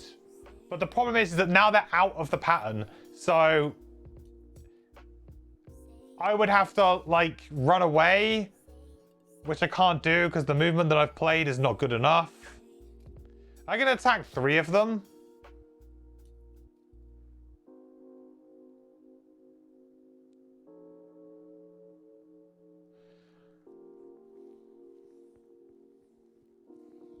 Or maybe I'll just go for it on 3 of them anyway. It's just a bit of an anticlimax. So I'm muddled now. It's just an anticlimax. I mean, I can deal with it. Just not really what I wanted. So I'm going to go 1, 2, using my wing shoes to jump over, I think. Does it work if I jump over? No, not really. Like, the thing is that this guy's now, like, they've created a gap here where I was. So I can get these two and, like, this back row 3, but they separated themselves from the clumping. It's not so bad because I do have some really good synergy here now. And also I will get the retaliate triggers on the imps, which is kind of where you want them. So, you know, it could have been much worse. But it just means instead of getting to do that attack on 5 things, I'm only going to do it on 3. I'm not going to get that amazing strengthen turn either. But I can still do quite a bit. Next to the imp, close to the door. Here wouldn't be very preferable because essentially I could get this. I could only get 2 there, right? I would be like these 2. Oh, I could get these 2. Yeah, that wouldn't work. That would actually be worse. This is great because I maintain the range 2 for my relentless. So I'll get a trigger on these 2 as well. Okay, so we Destructive Fury then. It's happening. We use Muscle Potion because, I mean, there's never going to be any other time, and I'm muddled with 2 curses in my deck. This could just end up being miserable. Thank you, Hounds, for ruining what was going to be a very fun play. So, right, let's resolve it. Number 3. We're attacking for 5.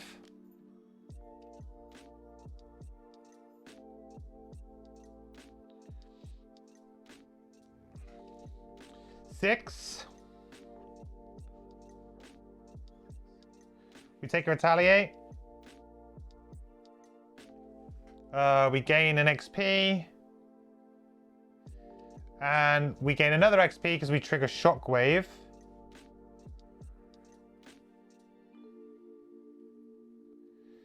So we do 2 damage to number 4.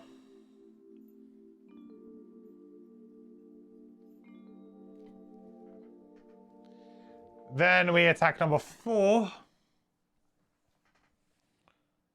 for 3, 4, 5.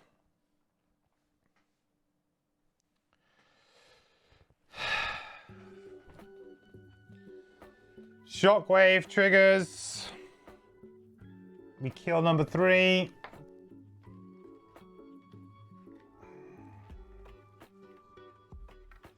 Take a point to retaliate. Then we attack number 5.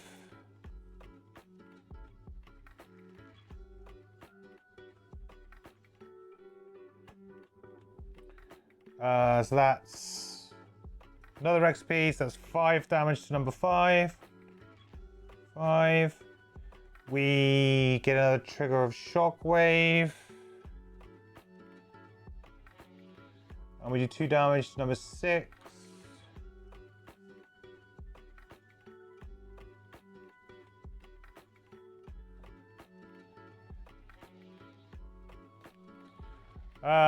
And that's it. We did get a trigger back because of the bottom of this, because something died.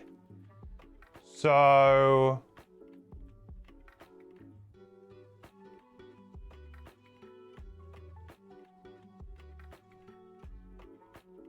I think I'm gonna put back the trigger on Relentless. I was hoping that like maybe 2 things would die there. Just Fury's Blood.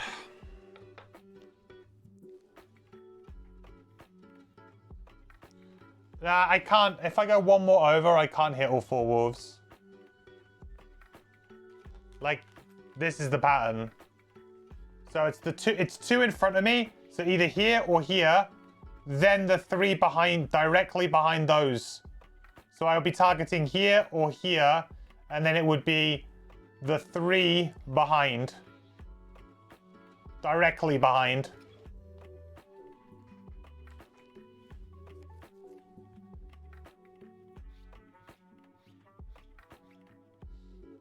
There's no, as far as I can see it. Oh, I guess if I've gone there, I want to... Hang on. Yeah, maybe you're right, actually. Sorry. One more over. Sorry, I thought you meant here. I actually don't mind this. I actually think I prefer this move here now anyway. Mainly because of the retaliate triggers on these two. So actually, I think I actually kind of prefer it because it's like one additional attack and one additional shockwave trigger, which is okay. But I'm also going to get two really nice retaliate triggers on these two. So then they will potentially die to one shockwave activation now anyway. So I think I'm okay with it. But yeah, no, I see what you mean now. One more up here and I could have gone these two and those three. It might have been okay. I guess I still would have got this. I guess I still would have got it here. I just completely didn't see that. I don't know why, but yeah, I didn't see it from that angle either. You're looking at it from the opposite angle to me. I'm like, yeah, you can't do that.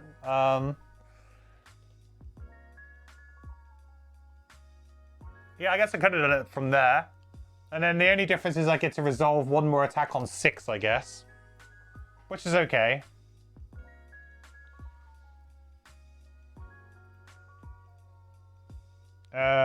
So we'll do that, why not?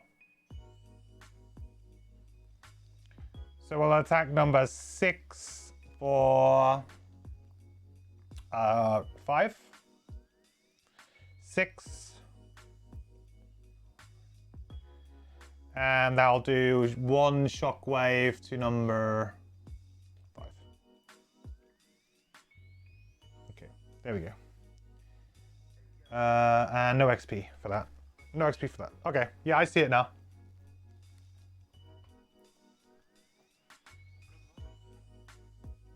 Nice.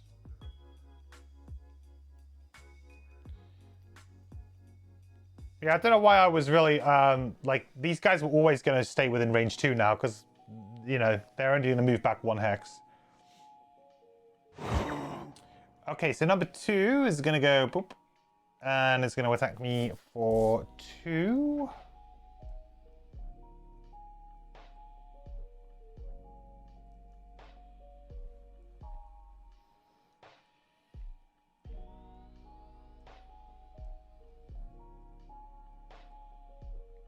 Zero. And the other one is going to do the same. Miss. So 2 damage. Then 2 triggers of Relentless. Gives them both 2 on the old Retaliate.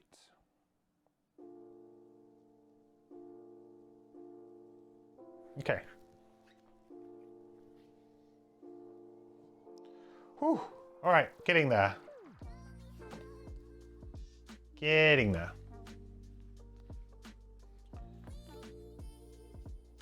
So actually, it actually turned out to be a pretty good round.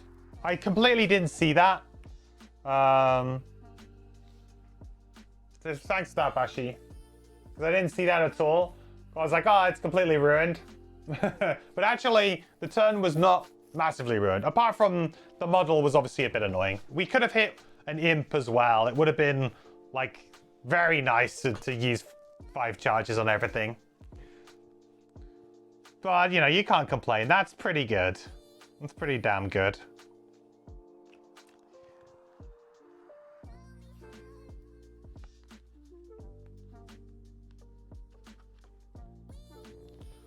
Okay. The only problem there is my initiative kind of sucks.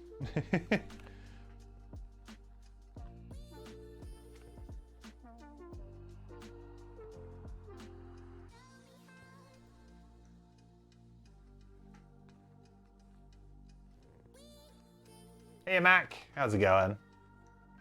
No problem, the AoE misses your brain for sure. Yeah, it's also like indoors it always throws me because it always feels like I shouldn't be able to like target this hex from this hex in my mind.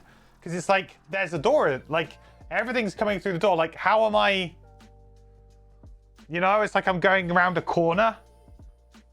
Always kind of throws me off a little bit when I'm fighting with AoEs around doors.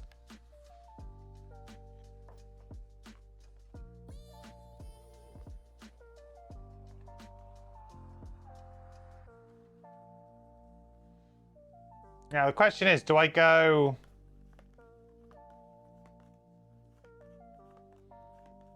Oh, before the end of my turn, I probably should have used my amulet, because I didn't realize how low health I was.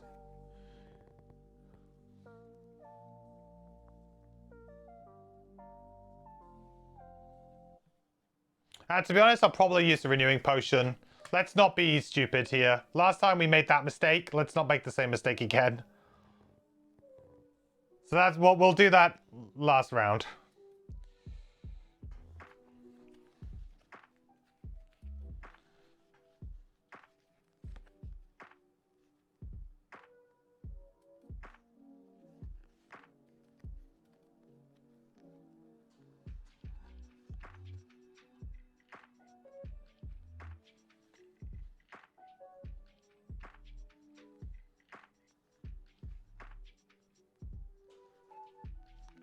Yeah, I'm gonna play maybe a slightly risky one, but hopefully okay. Oh, there you go. Oh, I'm getting a little bit of luck now, guys. Okay, so breakthrough. Move 4. We'll move here. If we're adjacent to at least 2 enemies, move the character token back on one of your persistent abilities. Now, I get the feeling that in the next room, the most important abilities are going to be Relentless and Shockwave, most likely. I think we'll get a charge back here. Although, is it maybe pointless because it's going to go off anyway? Are they running? 1, 2. I'll be only losing 1 charge. That's... Oh no, I'll be losing 2 charges. Well, I guess it gives me a free kill, doesn't it?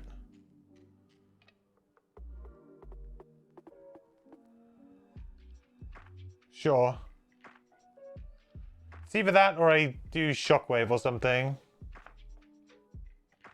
You just never want these to be on the last dot, because if they're on the last, it gets very difficult to get them back.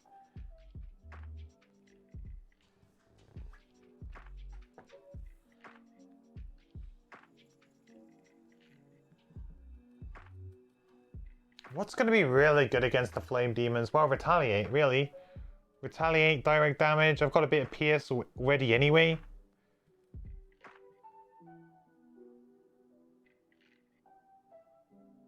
These guys will both die to my Retaliate. Let's do Retaliate. Fortitude. So we're going to attack number 2 for 3 with Strengthen. The guy God I played that. Actually, pretty good result there to get rid of that. So that's a charge of Shockwave and a charge of Crushing Weight, which kills both of these. Gets me 2 XP.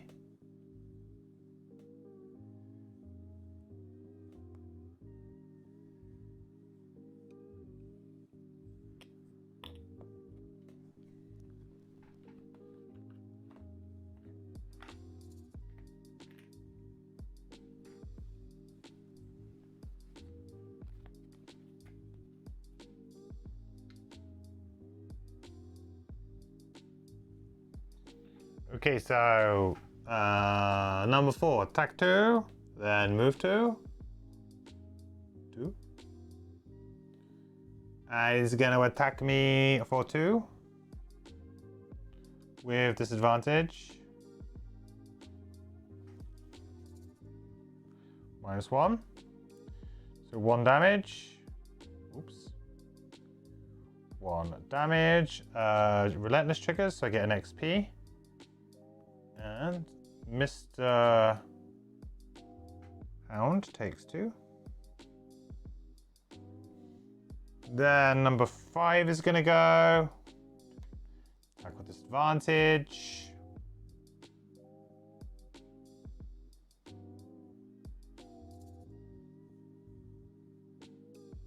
+0. +0, so 2 damage. And our final Relentless trigger goes off.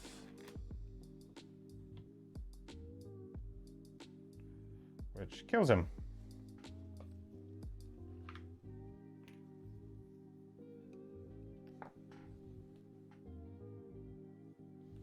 Finally, it's just going to go 1, 2. Okay. Doing pretty well. Doing pretty well. Although, I felt like we're going to be going into the last room with, like, nothing. What's the goal? Kill enemies? Yeah. Yeah, and we got one more room after this.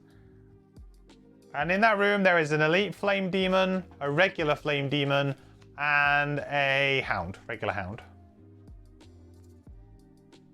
So, you know, nothing too crazy.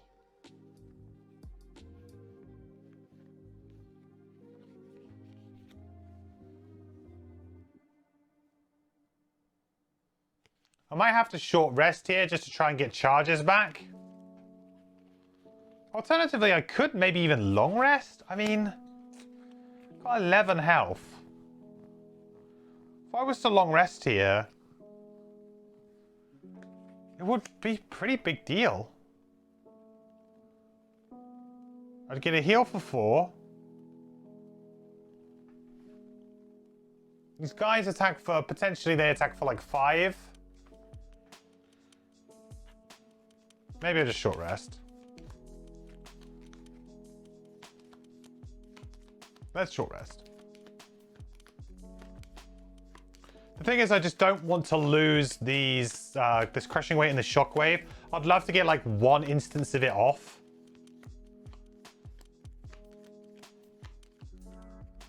We have blown through our resources quite heavily. And you're about to see what the Drifter's like with no passives. No active abilities.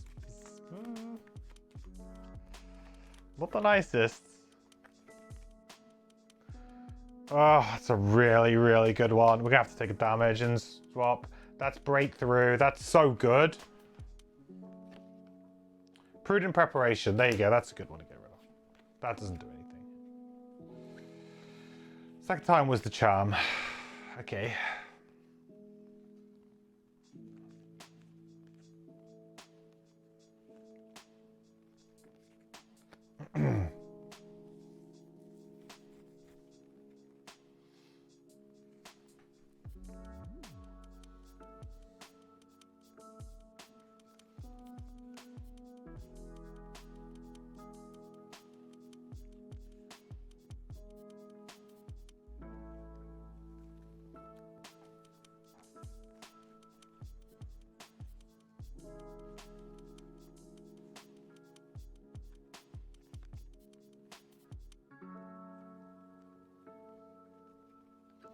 Do I maybe do like a disadvantaged attack against them? Just to try and heal? And get some cheeky value? Oh, I got loads of cheeky value here.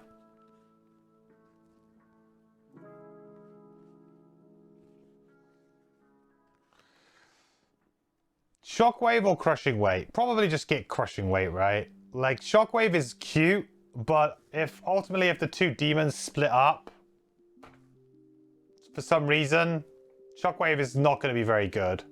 Whereas crushing weight, I'm going to be able to hit things for 6. They've got like shield 3. I can wound them as well. I think we'll be okay.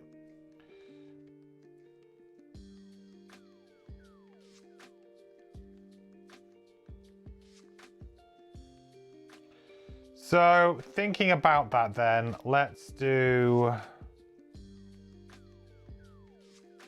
We're just going to do a default attack 2 here. Ugh. Well, I guess it would technically be 4.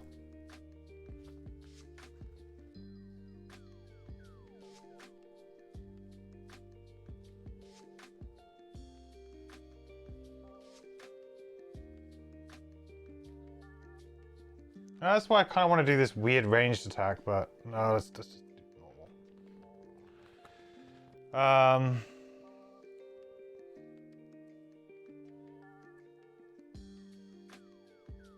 21. I think what we'll do is we'll just try and get some tokens back, or a token back. All right, not what we wanted to see. That's the risky one. That's the one you don't want to see. Can't beat that. Okay, so number 4 is going to go first. This is going to attack us for 3. 3. Well, that's okay. It's going to attack us for 5. 4. Also kind of okay. Although we've only got 2 charges of continuous health left.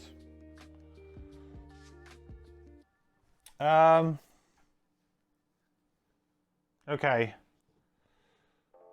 So my go, we're going to use Breakthrough here. And I am going to use the bottom. I'm not going to move. And I'm going to put back a charge on Crushing Weight.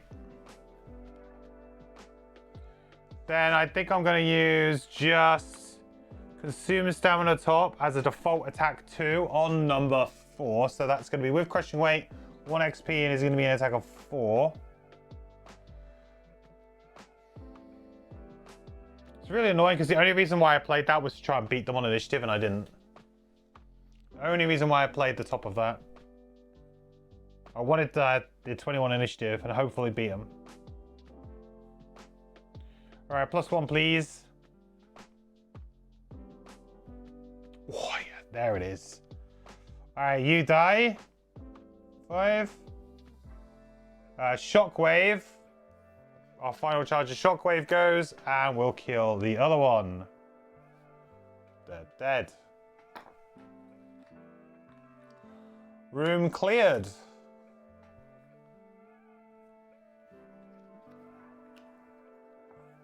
However, we're looking a little bit thin on the ground in terms of what we've got access to now.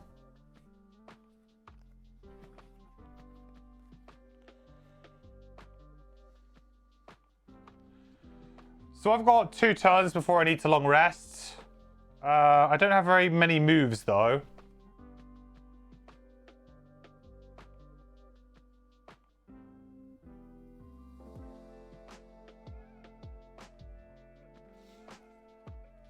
Oh my god, all this loot. Yeah, I don't have my loot 1 my loot 1 card though, unfortunately.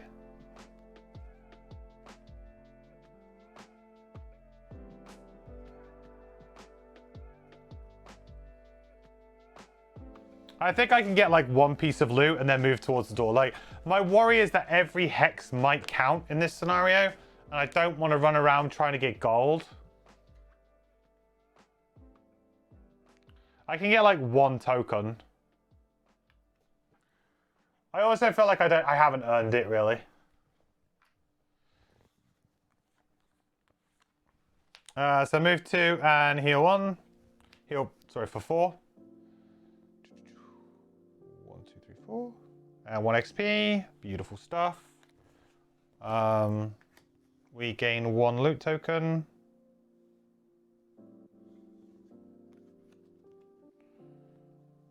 And then the next turn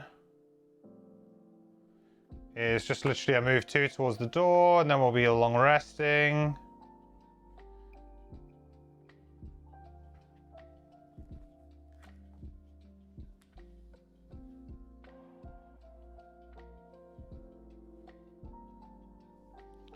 Okay, so we'll heal for 4 again.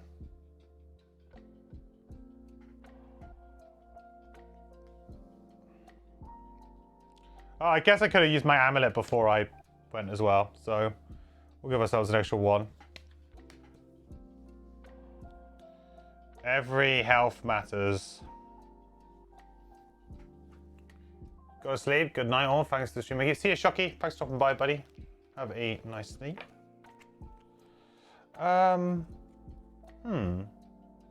Okay, so we need to get rid of a card. Fierce Barrage is pretty easy. We've got nothing that triggers off of this really anymore. And let's face it, we don't want to be attacking for 2 into a shield 3 Flame Demon. Very easy one to get rid of. So Drifter is done. Next round.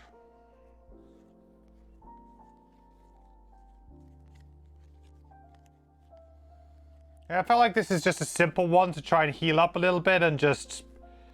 We're trying to heal, do a bit of damage to the Hound, and we just kind of bait out the demons to come closer, I think. Don't want to be doing anything too crazy. So So we're going to move to heal 2 self. So move 1. Now all I'll do is I'll get rid of this tile.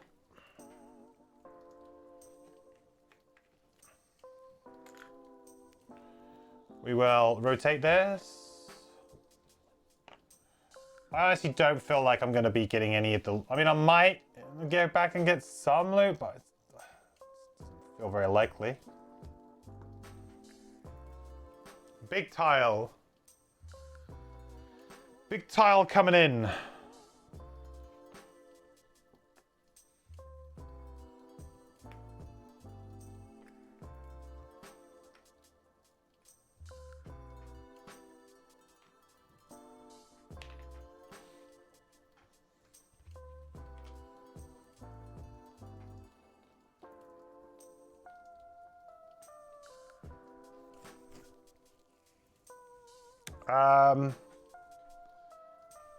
Now the big tile's down, we need to find ourselves 1 hound.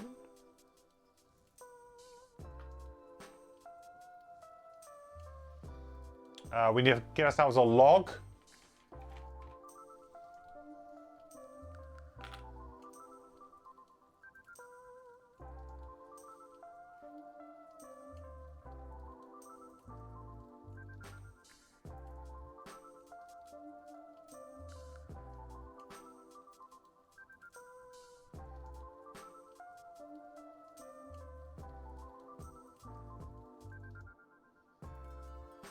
I feel like the tile's orientated wrong on the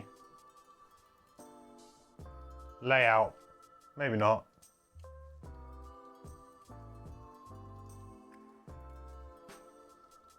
Oh, it's because I've got this wrong, that's why. Haha. I was wondering why that looked a little bit weird.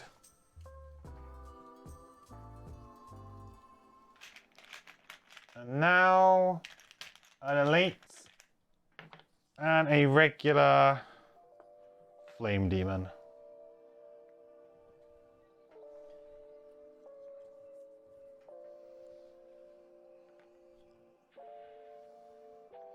You know, just chilling, hiding behind the stumps. Number 3.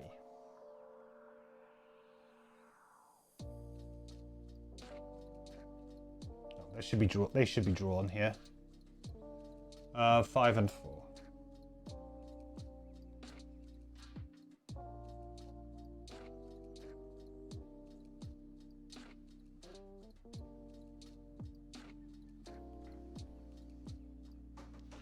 Okay, so I got 1 more bit of movement. I think they're going to hurt me here quite a bit, huh?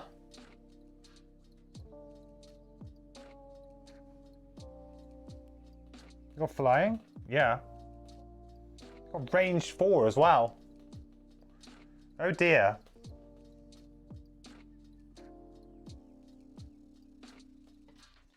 Oh dear.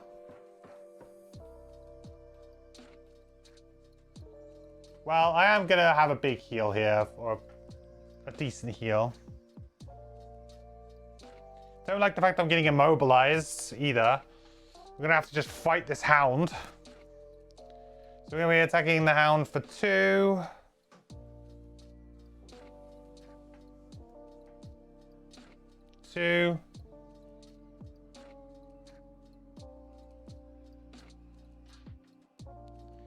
Which gets us heal 2.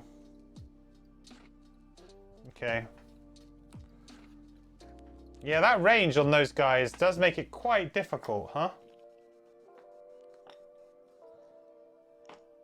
We should be okay. I might they do give wounds, so I think I'll keep my amulet up for now to just remove a wound if that ever comes.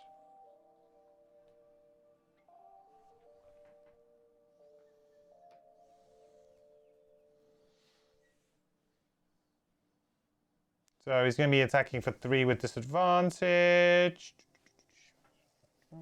Oh no, that's not good sign.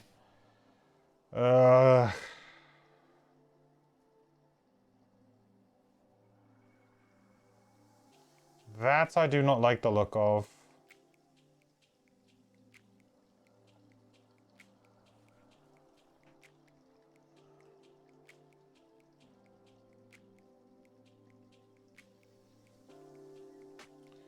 So he's going to attack 4 with disadvantage. Oh, miss. Oh, beautiful. Needed that. We needed a reset there. I was like, I do not like the fact that there's just so many -1s in a row. That means that the +2 is coming. No, we have not out of the woods quite yet.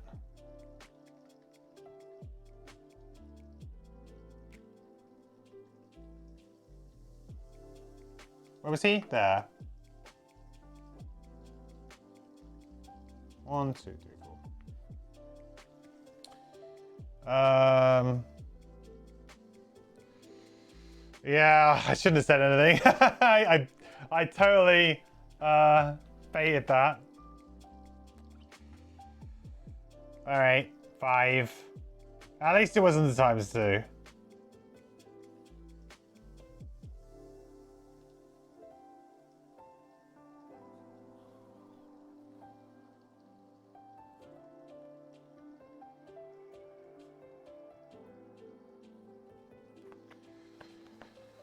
Oh, this is not good, chat. This is not good. We might just lose now. We don't have enough charges for things. We got 1 charge on crushing weight, which might be enough to just punch through.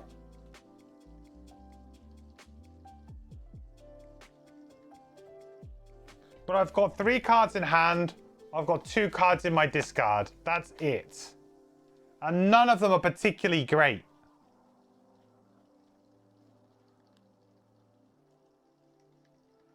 I've got no way right now to be able to not use my crushing weight charge here on the hound as well.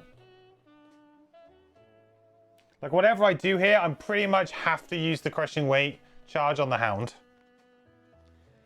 And then because I do that, it falls off and we lose it before I get any charges back.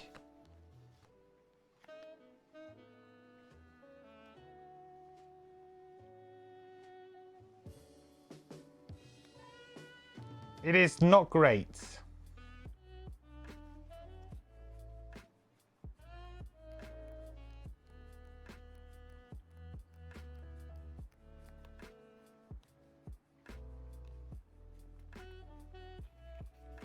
And I'm about to get hit by a bunch of stuff and my initiative is bad. Can I short rest here maybe?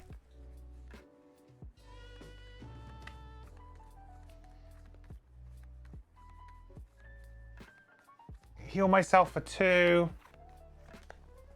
I guess I really want the flame demons to do that like attack 1, wound everything AoE. That would be fine. But if the hounds draw something, if I don't somehow go before at least one of them, ideally before the hounds here, really, I think I'm in trouble. That immobilized was pretty clutch, because now I can't go and deal with like the regular flame demon, which would be so easy to do.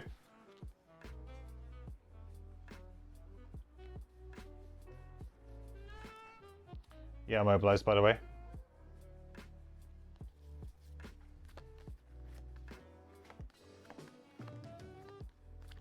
Short rest, heal up.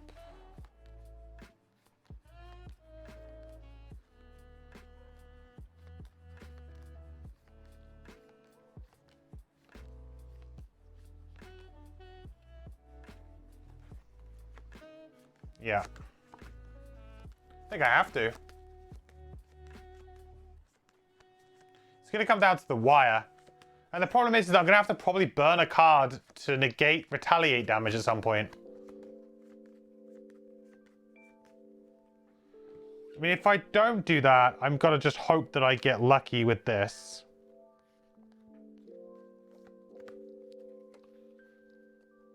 Oh, it's so bad.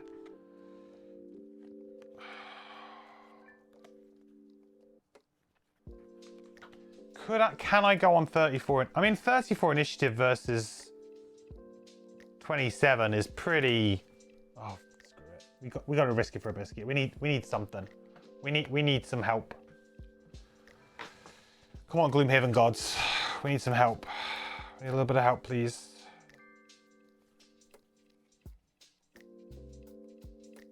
Oh, I didn't like the way it went.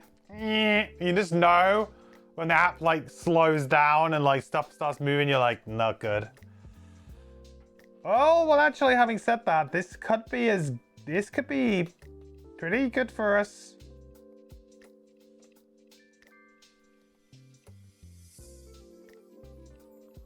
I mean, I don't think we really care about that. That's fine. You could do that as much as you like.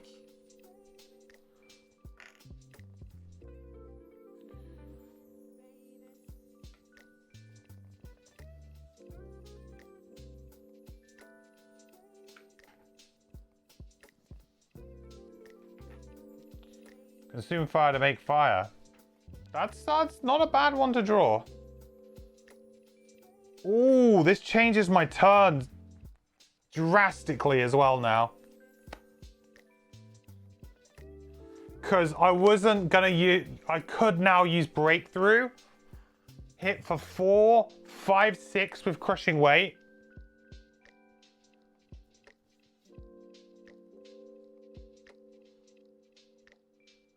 With the PS2.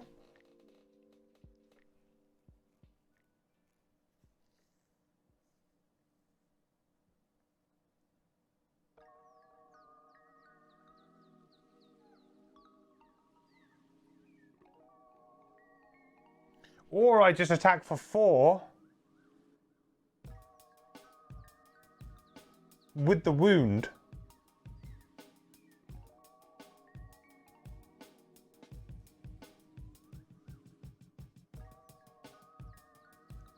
Do I attack for 6, negating... Oh man, this is so like hard to get my head around. I can attack for 6, negating...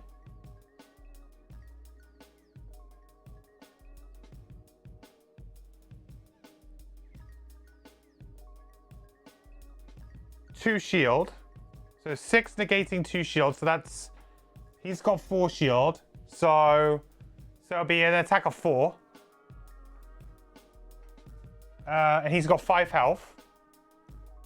Or do I use the charge to get wound?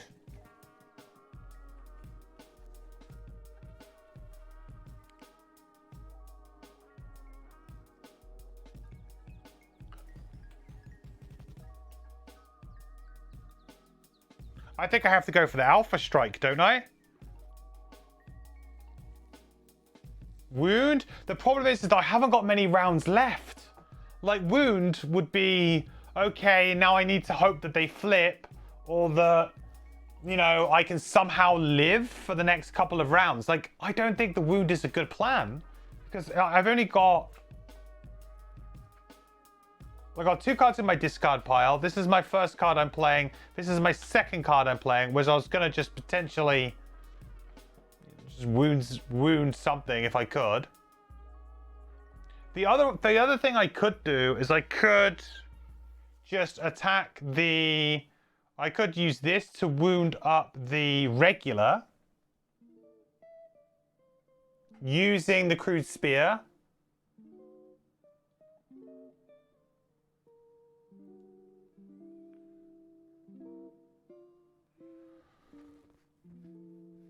The wound also makes me take 3 vitality. Yes, if I don't draw the +1, that's also true. Yes, very true. I think that pretty much seals it, right?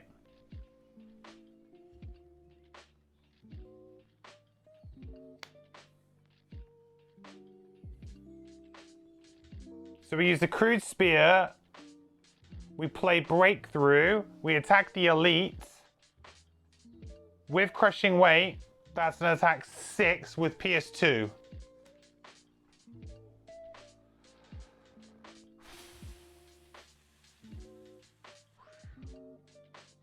Deathwalker still has 11 HP, yeah.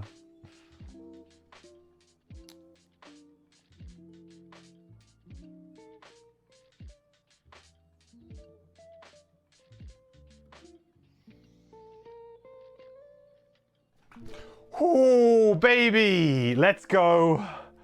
Oh my god.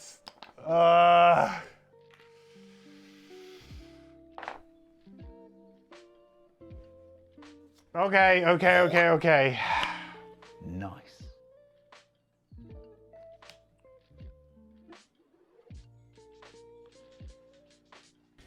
Yeah, boy. Wow. A little bit spicy.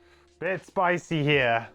Bit spicy here, lads. Now, I'm immobilized and I'm about to get attacked for 4. 2 2s. I don't have anything else going for me. I can attack for 1 and I would take 1 retaliate back. I think it's a fairly decent trade. I could use Frenzy Potion. I also have Amulet here to just get myself up to 10. Yeah, do I get the wound here on the...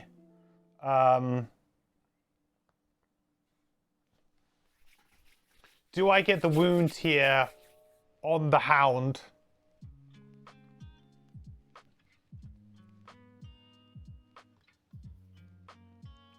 Because the Hound is like the most annoying one. Like realistically, Flame Demons do have turns, as they've just shown, where they don't do anything. And they also have another turn where they do something that is really not that bad. So, you know, in terms of like scariness right now, the actual danger for me is this Hound, because he's just going to continually hit me, most likely, for 3 or more. You know, he got the perfect draw as well. You know, early move immobilize, late double attack. He got like the perfect draw.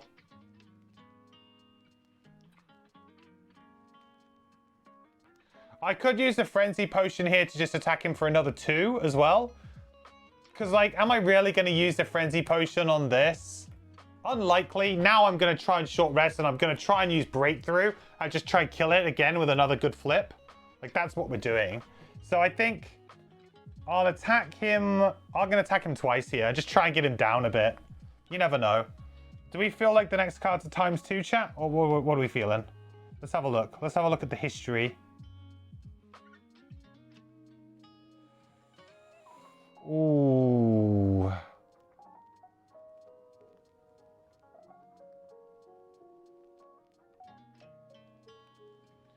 I think we're looking at a +0 here, huh? Could be the +2. We'll attack for 1 and wound.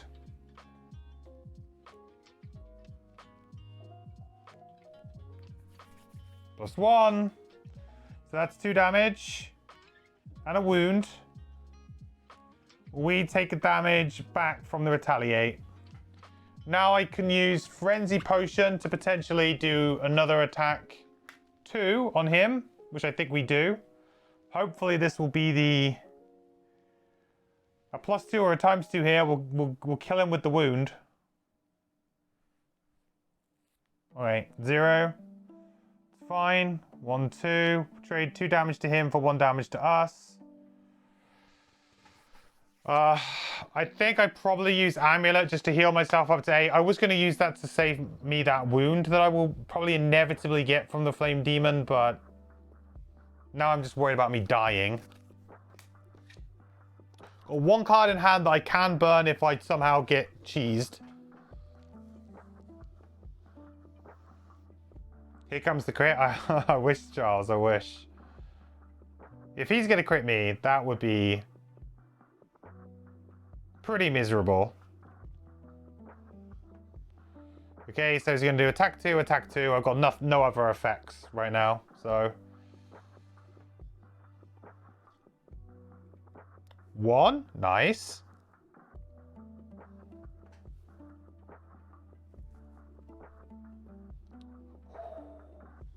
Sometimes the game just knows. Nice. Just knows. Okay, so now we just need to phase 1 more Hound card. And then we just need to kill the Flame Demon with one of our big boy cards. So we're short resting.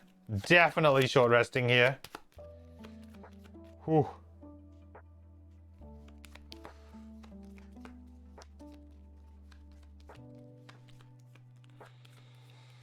Ooh. It's hanging in the balance. I've got my wing shoes to get over to the flame demon if I need to. It's kind of nice.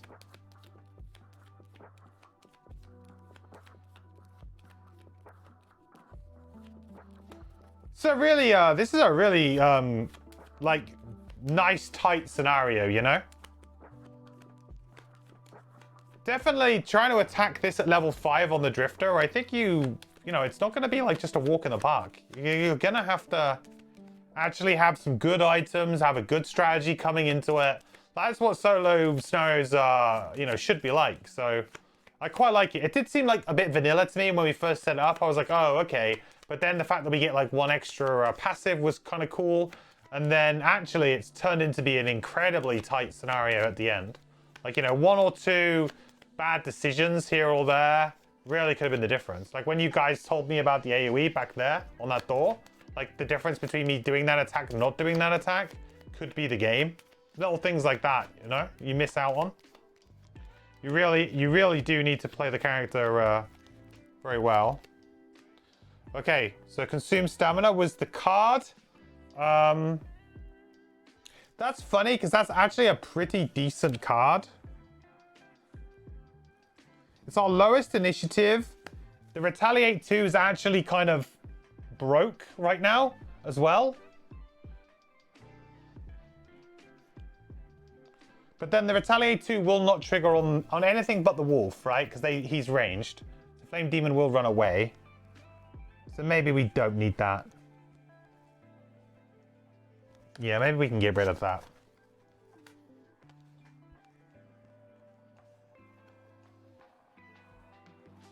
Also, like 1 health is pretty valuable to us right now, I guess. Okay, so this turn... How much health has he got? He's got 3 and he's got shield 3. So I'm going to hit him for 4, negating 2 of the shield. So, in theory, as long as I don't draw a minus, I can kill the Flame Demon this round. Famous last words. Okay.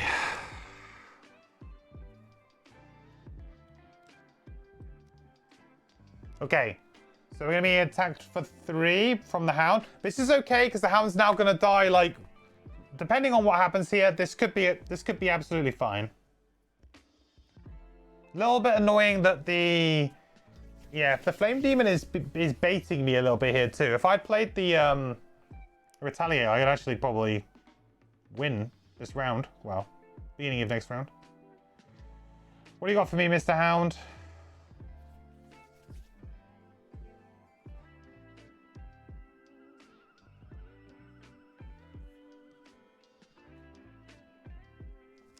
Okay, so Drifter, we are going to go... we're going to use our wing shoes here to go 1, 2 onto this loop. We are going to heal ourselves for 2. And we're going to use Breakthrough. Again, we're kind of hoping for just a draw here. Just don't miss. Just don't miss, please. Oh, convincing. Convincing.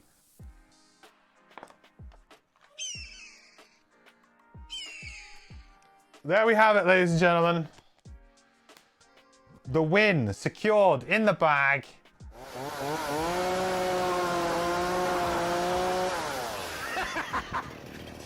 Now that's a lot of damage! That's a lot of damage. Flame Demon down. Next round upcoming.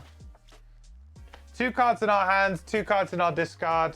Like, at the end there, we needed a bit of luck, and we got it on 2 flips back to back, so that was good. So now I should get this loot while I'm here. I don't think I can really get any other loot.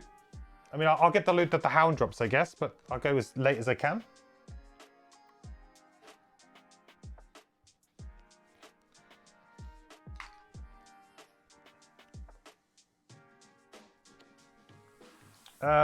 So we'll go 65. No! Well, we can attack it. We'll attack it for 3. Could walk into the trap, I guess.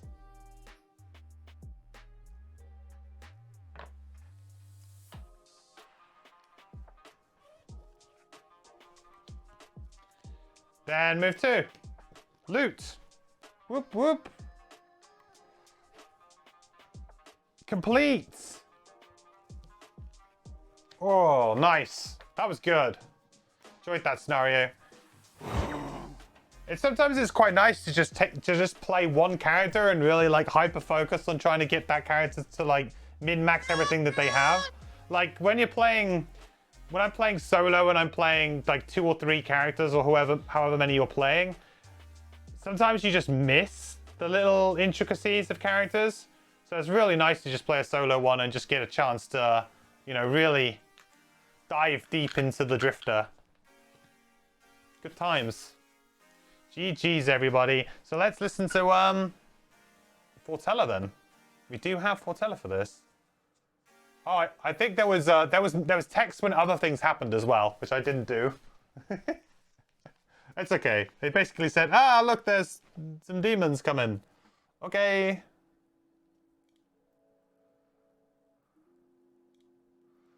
All right, here we go.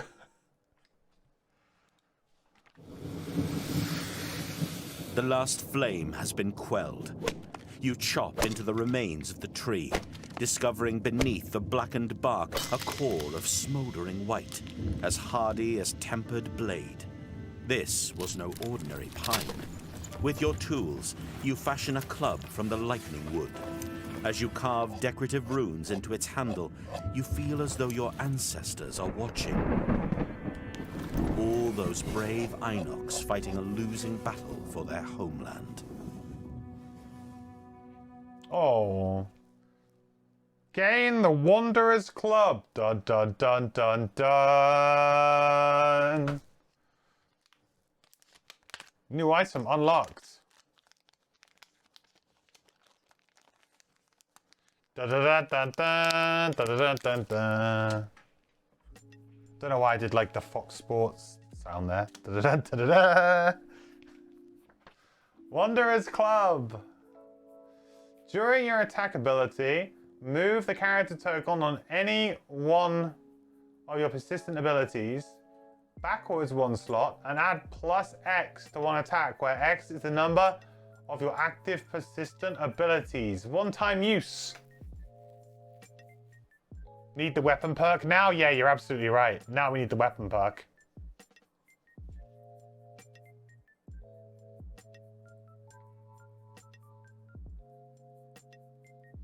So if we go like on the basis of like when we would maybe use this, it's a single use item. So, you know, that does keep its power level somewhat muted, but you know, this could probably be like a +2 or a +3 for us. You know, it will very regularly be a +2 and sometimes a +3, and it moves the token back. I would think that like if you were playing a character who didn't have the perk to have an extra hand item, you might struggle a little bit to like justify something like this, but it's basically like,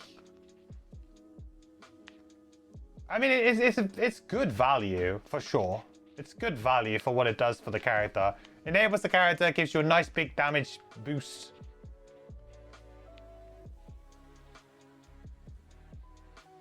Power Pot, Muscle Pot, Club, and Destructive Fury for the memes. That would be good if Wanderer's Club was for your entire attack action, but unfortunately it is not. It does say 1 attack, which, that's like the other downside to it. It's not Ancient Drill, all right? It's not Ancient Drill.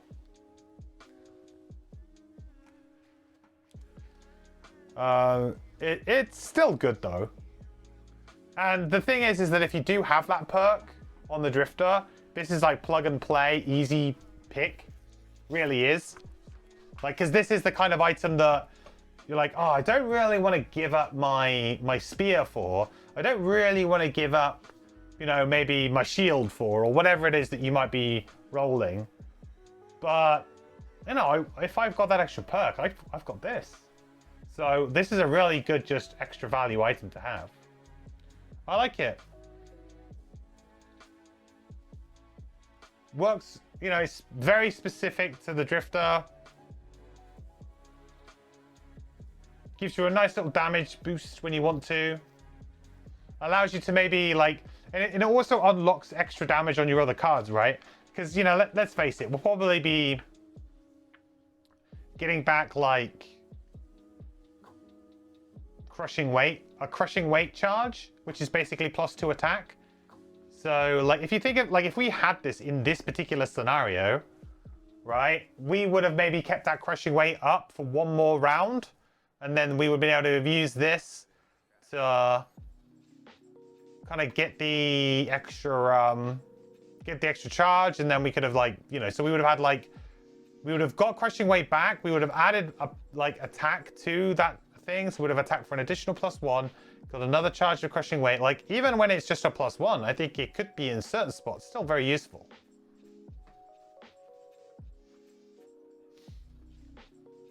The unconditional token movement is probably going to be clutch when you really need it at the right time, potentially a lifesaver. Yeah, absolutely. Like the number of times that I had like cards were like, oh, if an enemy dies, then you get the token. It's like, yeah, but I'm on the last. If you're on the last charge, it doesn't work. So you always need to be one behind. But this will allow you to just nip back. It's basically the equivalent of, here's at least +1, maybe +2 this attack, and here's another free +2 damage probably on a future turn.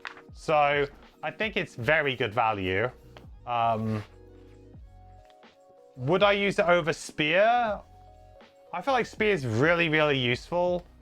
And I like having situational items like that. Like, yeah, like I couldn't have won that scenario without Spear. Like Spear won me that scenario because otherwise I was immobilized. I couldn't get the range 2. So I would have to have attacked the Hound. I wouldn't have been able to draw, you know, that +1 in that very clutch moment to kill that elite. I wouldn't have been able to do that, right? So there's definitely, Spear is also incredibly clutch. So it's very difficult, I think, to give up an item that you know is very useful. But we need to get that perk now. That's what we need. We need that perk. I might even just start playing with it just for fun anyway. Instead of the Spear, just because, you know, why not? We could get ourselves a shield or something and play around with it. So what I need to do with the Drifter, I guess. Do we get bonus XP for completing these?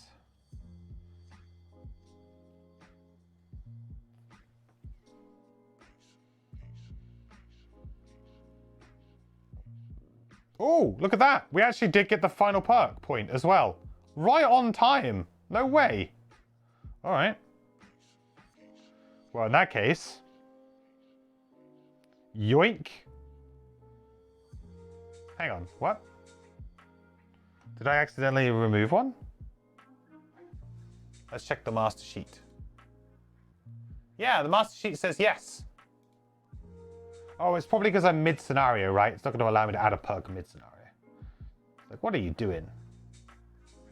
The reason is that I don't really want to give the Deathwalker anything, but I guess I can just always refresh everything. Success. Like, the Deathwalker shouldn't get any XP, right? Finish.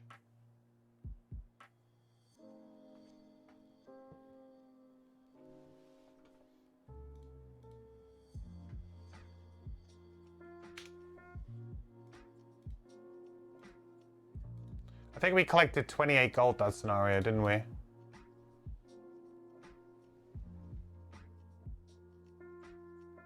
Oh, that's so amazing that we actually got that perk as well.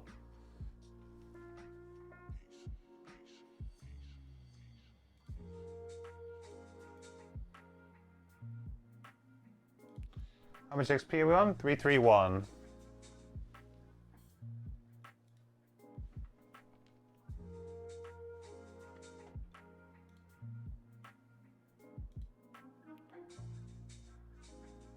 And that's pretty much it. That's all we need to resolve, right? because we ain't doing anything else. That's it. And then that means that next time we will do the Deathwalker solo. We'll probably do that tomorrow. Awesome. Well, that was a really fun scenario. I did really enjoy that. And like I said, it was really good to be able to just play one character and put my focus solely on that one character to just try and figure it out. Rather than, you know, kind of having to play two and missing the odd thing here or there, and or maybe not being able to play to your strengths. Like that really was like, hey, figure out the best way to manage all your charges and everything. Like it was really, yeah. Solo scenarios are always a lot of fun just because they kind of really allow you to play your character. Fully play the mechanics. No holds barred. And we got a sweet club out of it now too. So like in terms of like learnings in terms of playing that scenario again, I think if you know if someone else is watching this now and you want to take it on, it's obviously quite a difficult scenario. You definitely don't want to play it on increased difficulty, I'll say that. And I think you actually, I probably did play that on +1, right? Did I play that on +1? I must have, thinking about it, because I was playing solo rules. I don't know if they say to do that. So I was playing that on 1 higher than I probably should have been, I think. But it's a really tight scenario, really, really tight. Definitely want Destructive Fury, even if you're not using it normally. Setting up that Crushing Weight was pretty big. You just need some way of clearing those hounds in the second room. And then I got a little bit of luck at the end there with the Flame Demons, but I think like if you manage to have a couple more charges of Shockwave or something, you would get there. Did I get /convert the loot? Yes, I did, yeah. I think so. So 28 gold is like what they... I actually have much more than that. I actually have 76. I got 28 gold that scenario. Or over the course of the last 2 scenarios, I should say. So we're actually on 76 now. And our XP, yeah, 331.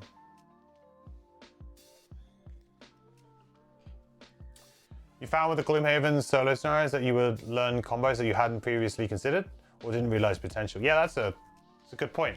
Like I wouldn't, there are cards in here like the X cards that perhaps you would never use, but suddenly this scenario will encourage you to use them, which I think is neat. Definitely. We win? Yes, we won. Down to the wire, we had 4 cards left. We drew a very, very clutch +1 with 1 charge of Crushing Weight left on the Elite Flame Demon to kill it in a single attack. And then we also drew, well, we didn't draw anything less than a +0. We had to like another draw we needed to make where we couldn't draw a minus on the regular Flame Demon, which we didn't miss either. How did our Lost Attack go? The Lost Attack actually ended up being pretty good. Obviously, it was a bit muted. Like, we still ended up missing on that 1 attack.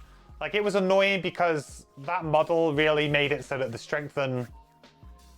Like, I don't think, like, Strengthen is a must-have thing on the Drifter a lot of the time, because it feels to me like the Drifter has a pretty decent attack modifier deck. Kind of regardless, really. Yeah, if you have a look, like, at the deck...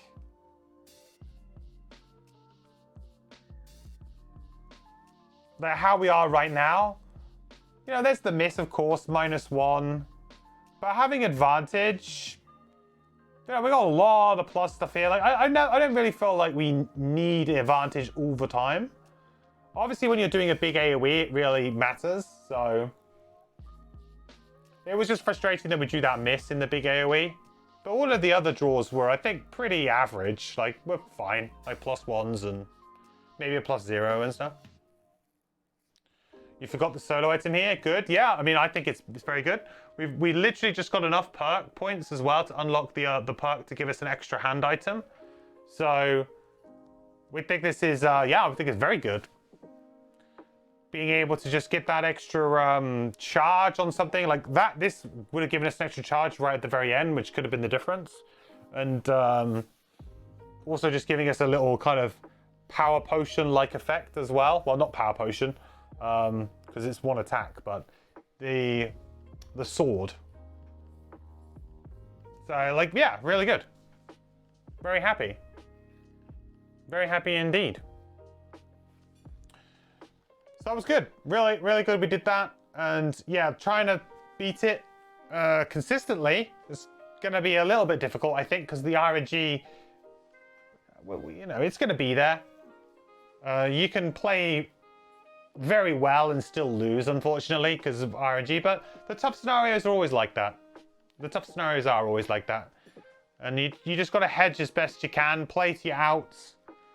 And that's what we did in that one. And right at the very end, we played to our outs and we got the win. If we didn't play to our outs and we made a few changes to the way we did things, we would have probably lost. So it's good. But I think that'll be the stream then today. I haven't got enough time, unfortunately, to play the Deathwalker one. But I think what we'll do tomorrow, we'll play Deathwalker. And then hopefully we win. Hopefully. And if we win the Deathwalker one, then we'll do an Outpost event after that with our little house-ruled calendar progression here. And then after that, we will probably go and do like maybe some of the one-off side scenarios that we've got unlocked. Because we're just kind of treading water a little bit, biding our time to be able to retire. I am quite conscious that there could be a world in which the Deathwalker actually retires tomorrow, because I think we're on 135 XP out of 150 to retire, and if you consider that, you know, this particular scenario, I think we earned about 20. I want to say about 20 to 25 XP, 11 the first time. Actually, it was probably more than that, thinking about it. But yeah, I think it was 11 the first time, and it would have been probably a little bit more the second time, maybe like 15. So, you know, that's a lot. 26 maybe XP in that one scenario for the Drifter. And I would imagine the Deathwalker is going to be pretty similar. You know, we're going to have that, you know, it's going to be the Deathwalker show. We're going to be using a lot of shadows. We're probably going to be consuming and moving and all of that good stuff every single turn. So I would cautiously say that depending on if we win it the first time or not, if we don't win it, if we win it the first time, chances are maybe we don't retire. But if we don't win it the first time, then there's very good chances that we do retire. When am I planning to retire the Drifter? Exactly after, well, as soon as possible, really. As soon as we can get that done. As soon as we can get that one scenario done. Do we get inspiration? Did we work out whether or not we should be gaining inspiration for the solo scenarios, guys? I presume not. That just seems broken. Like, we would gain 3 inspiration because it's like minus the number of characters, and like inspiration seems to be a mechanic more tied towards the campaign progression, and this is kind of like separate to that. So I would assume that we shouldn't be gaining inspiration for this. I mean, what I might say is that like tomorrow, if we win, because we're advancing the calendar, I might say we gain 2 inspiration, because that's what we would have done if we went and did a normal scenario and come back and had won. So maybe like at the end of it, we'll give ourselves 2 inspiration, but just to stay on track with how that system works. But I don't think we should be gaining like 3 inspiration for this. Do I want them to retire at the same moment? Ideally, yes, because then I can do like, we can actually do like a nice stream segment where we do both characters. Like that to me would be ideal. And that's what I'm shooting for, but I don't think that's going to be the case. It's starting to look much more likely that the Deathwalker is going to retire at least one scenario before the Drifter. And maybe as early as tomorrow. No inspiration gain from solo, according to Gripeway. Yeah, that makes sense. It would kind of upset the whole balance. Like, the solo scenarios are not really meant to interact with the campaign much, aside from you being able to get some XP to level your character up and a bit of gold. Like, there's and of course the item, but there's no, like, it's not really meant to be interfering with the main kind of campaign mechanics. So that makes a lot of sense. Cool. Looks like we got a very interesting one next time, but we'll leave that till tomorrow. All right. Will I move to other starting characters or look at new ones? I'll be looking at new ones, I expect. Yeah. I think we'll be... I'm feeling like I'm probably going to play Kelp as one of the characters, and maybe Trap. Haven't decided yet. Or the really, like, memey build would be Snowflake Trap. Would be kind of memey. We'll see. Chat decide. Yeah, nothing bad can happen with that, right? Nothing bad could possibly happen with that. I wouldn't be, like, against playing starters, but I feel like I should... What I might end up doing is I might end up cycling through characters fairly quickly. Like, my objective would be to probably retire these two characters quite quickly. Like, from now on, it should be a bit of a diminishing kind of time for each character. Because that's what it's kind of like in Gloomhaven, is that you get in, and the further you are in the campaign, the kind of quicker that you can retire characters. Because usually you've unlocked... you start at a higher level, and usually you've already unlocked certain missions. So, in Gloomhaven, it was like, go kill X amount of this enemy. Well, you might have missions already unlocked that you could go do that. Or it might be, hey, gain an X amount of gold, but because you're coming in and you're maybe playing on a higher level, on a higher difficulty, you're getting more gold in less scenarios. So there's always, like, this kind of speeding up effect, at least in Gloomhaven. So be interested to see if that's here. Hey! Lucky Lou Dog. How's it going, buddy? Long time no see. I missed you too, man. How's it going? Good to have you back. Hope you're doing awesome. The quest continues, my friend. Yeah, so anyway, that's kind of like where we're at, I think. So we should have a really fun couple of streams, fun couple of episodes where we'll be retiring characters, doing the solos, retiring them, and yeah, onwards and upwards to some new stuff. I'm excited to play some new characters and see, what the fuss is about on a couple of the characters. And I'm also excited to see what happens when we retire, because obviously there's some big things going to happen. We got like load of envelopes, as well as we've got so much inspiration. We're going to be like double retiring, so we're going to get like 4 things open. Like, it's going to be this. We're suddenly going to get like a wealth of stuff happen. So that's going to be really cool. I think still, yeah. That's the blessing from Cab. That's the blessing from...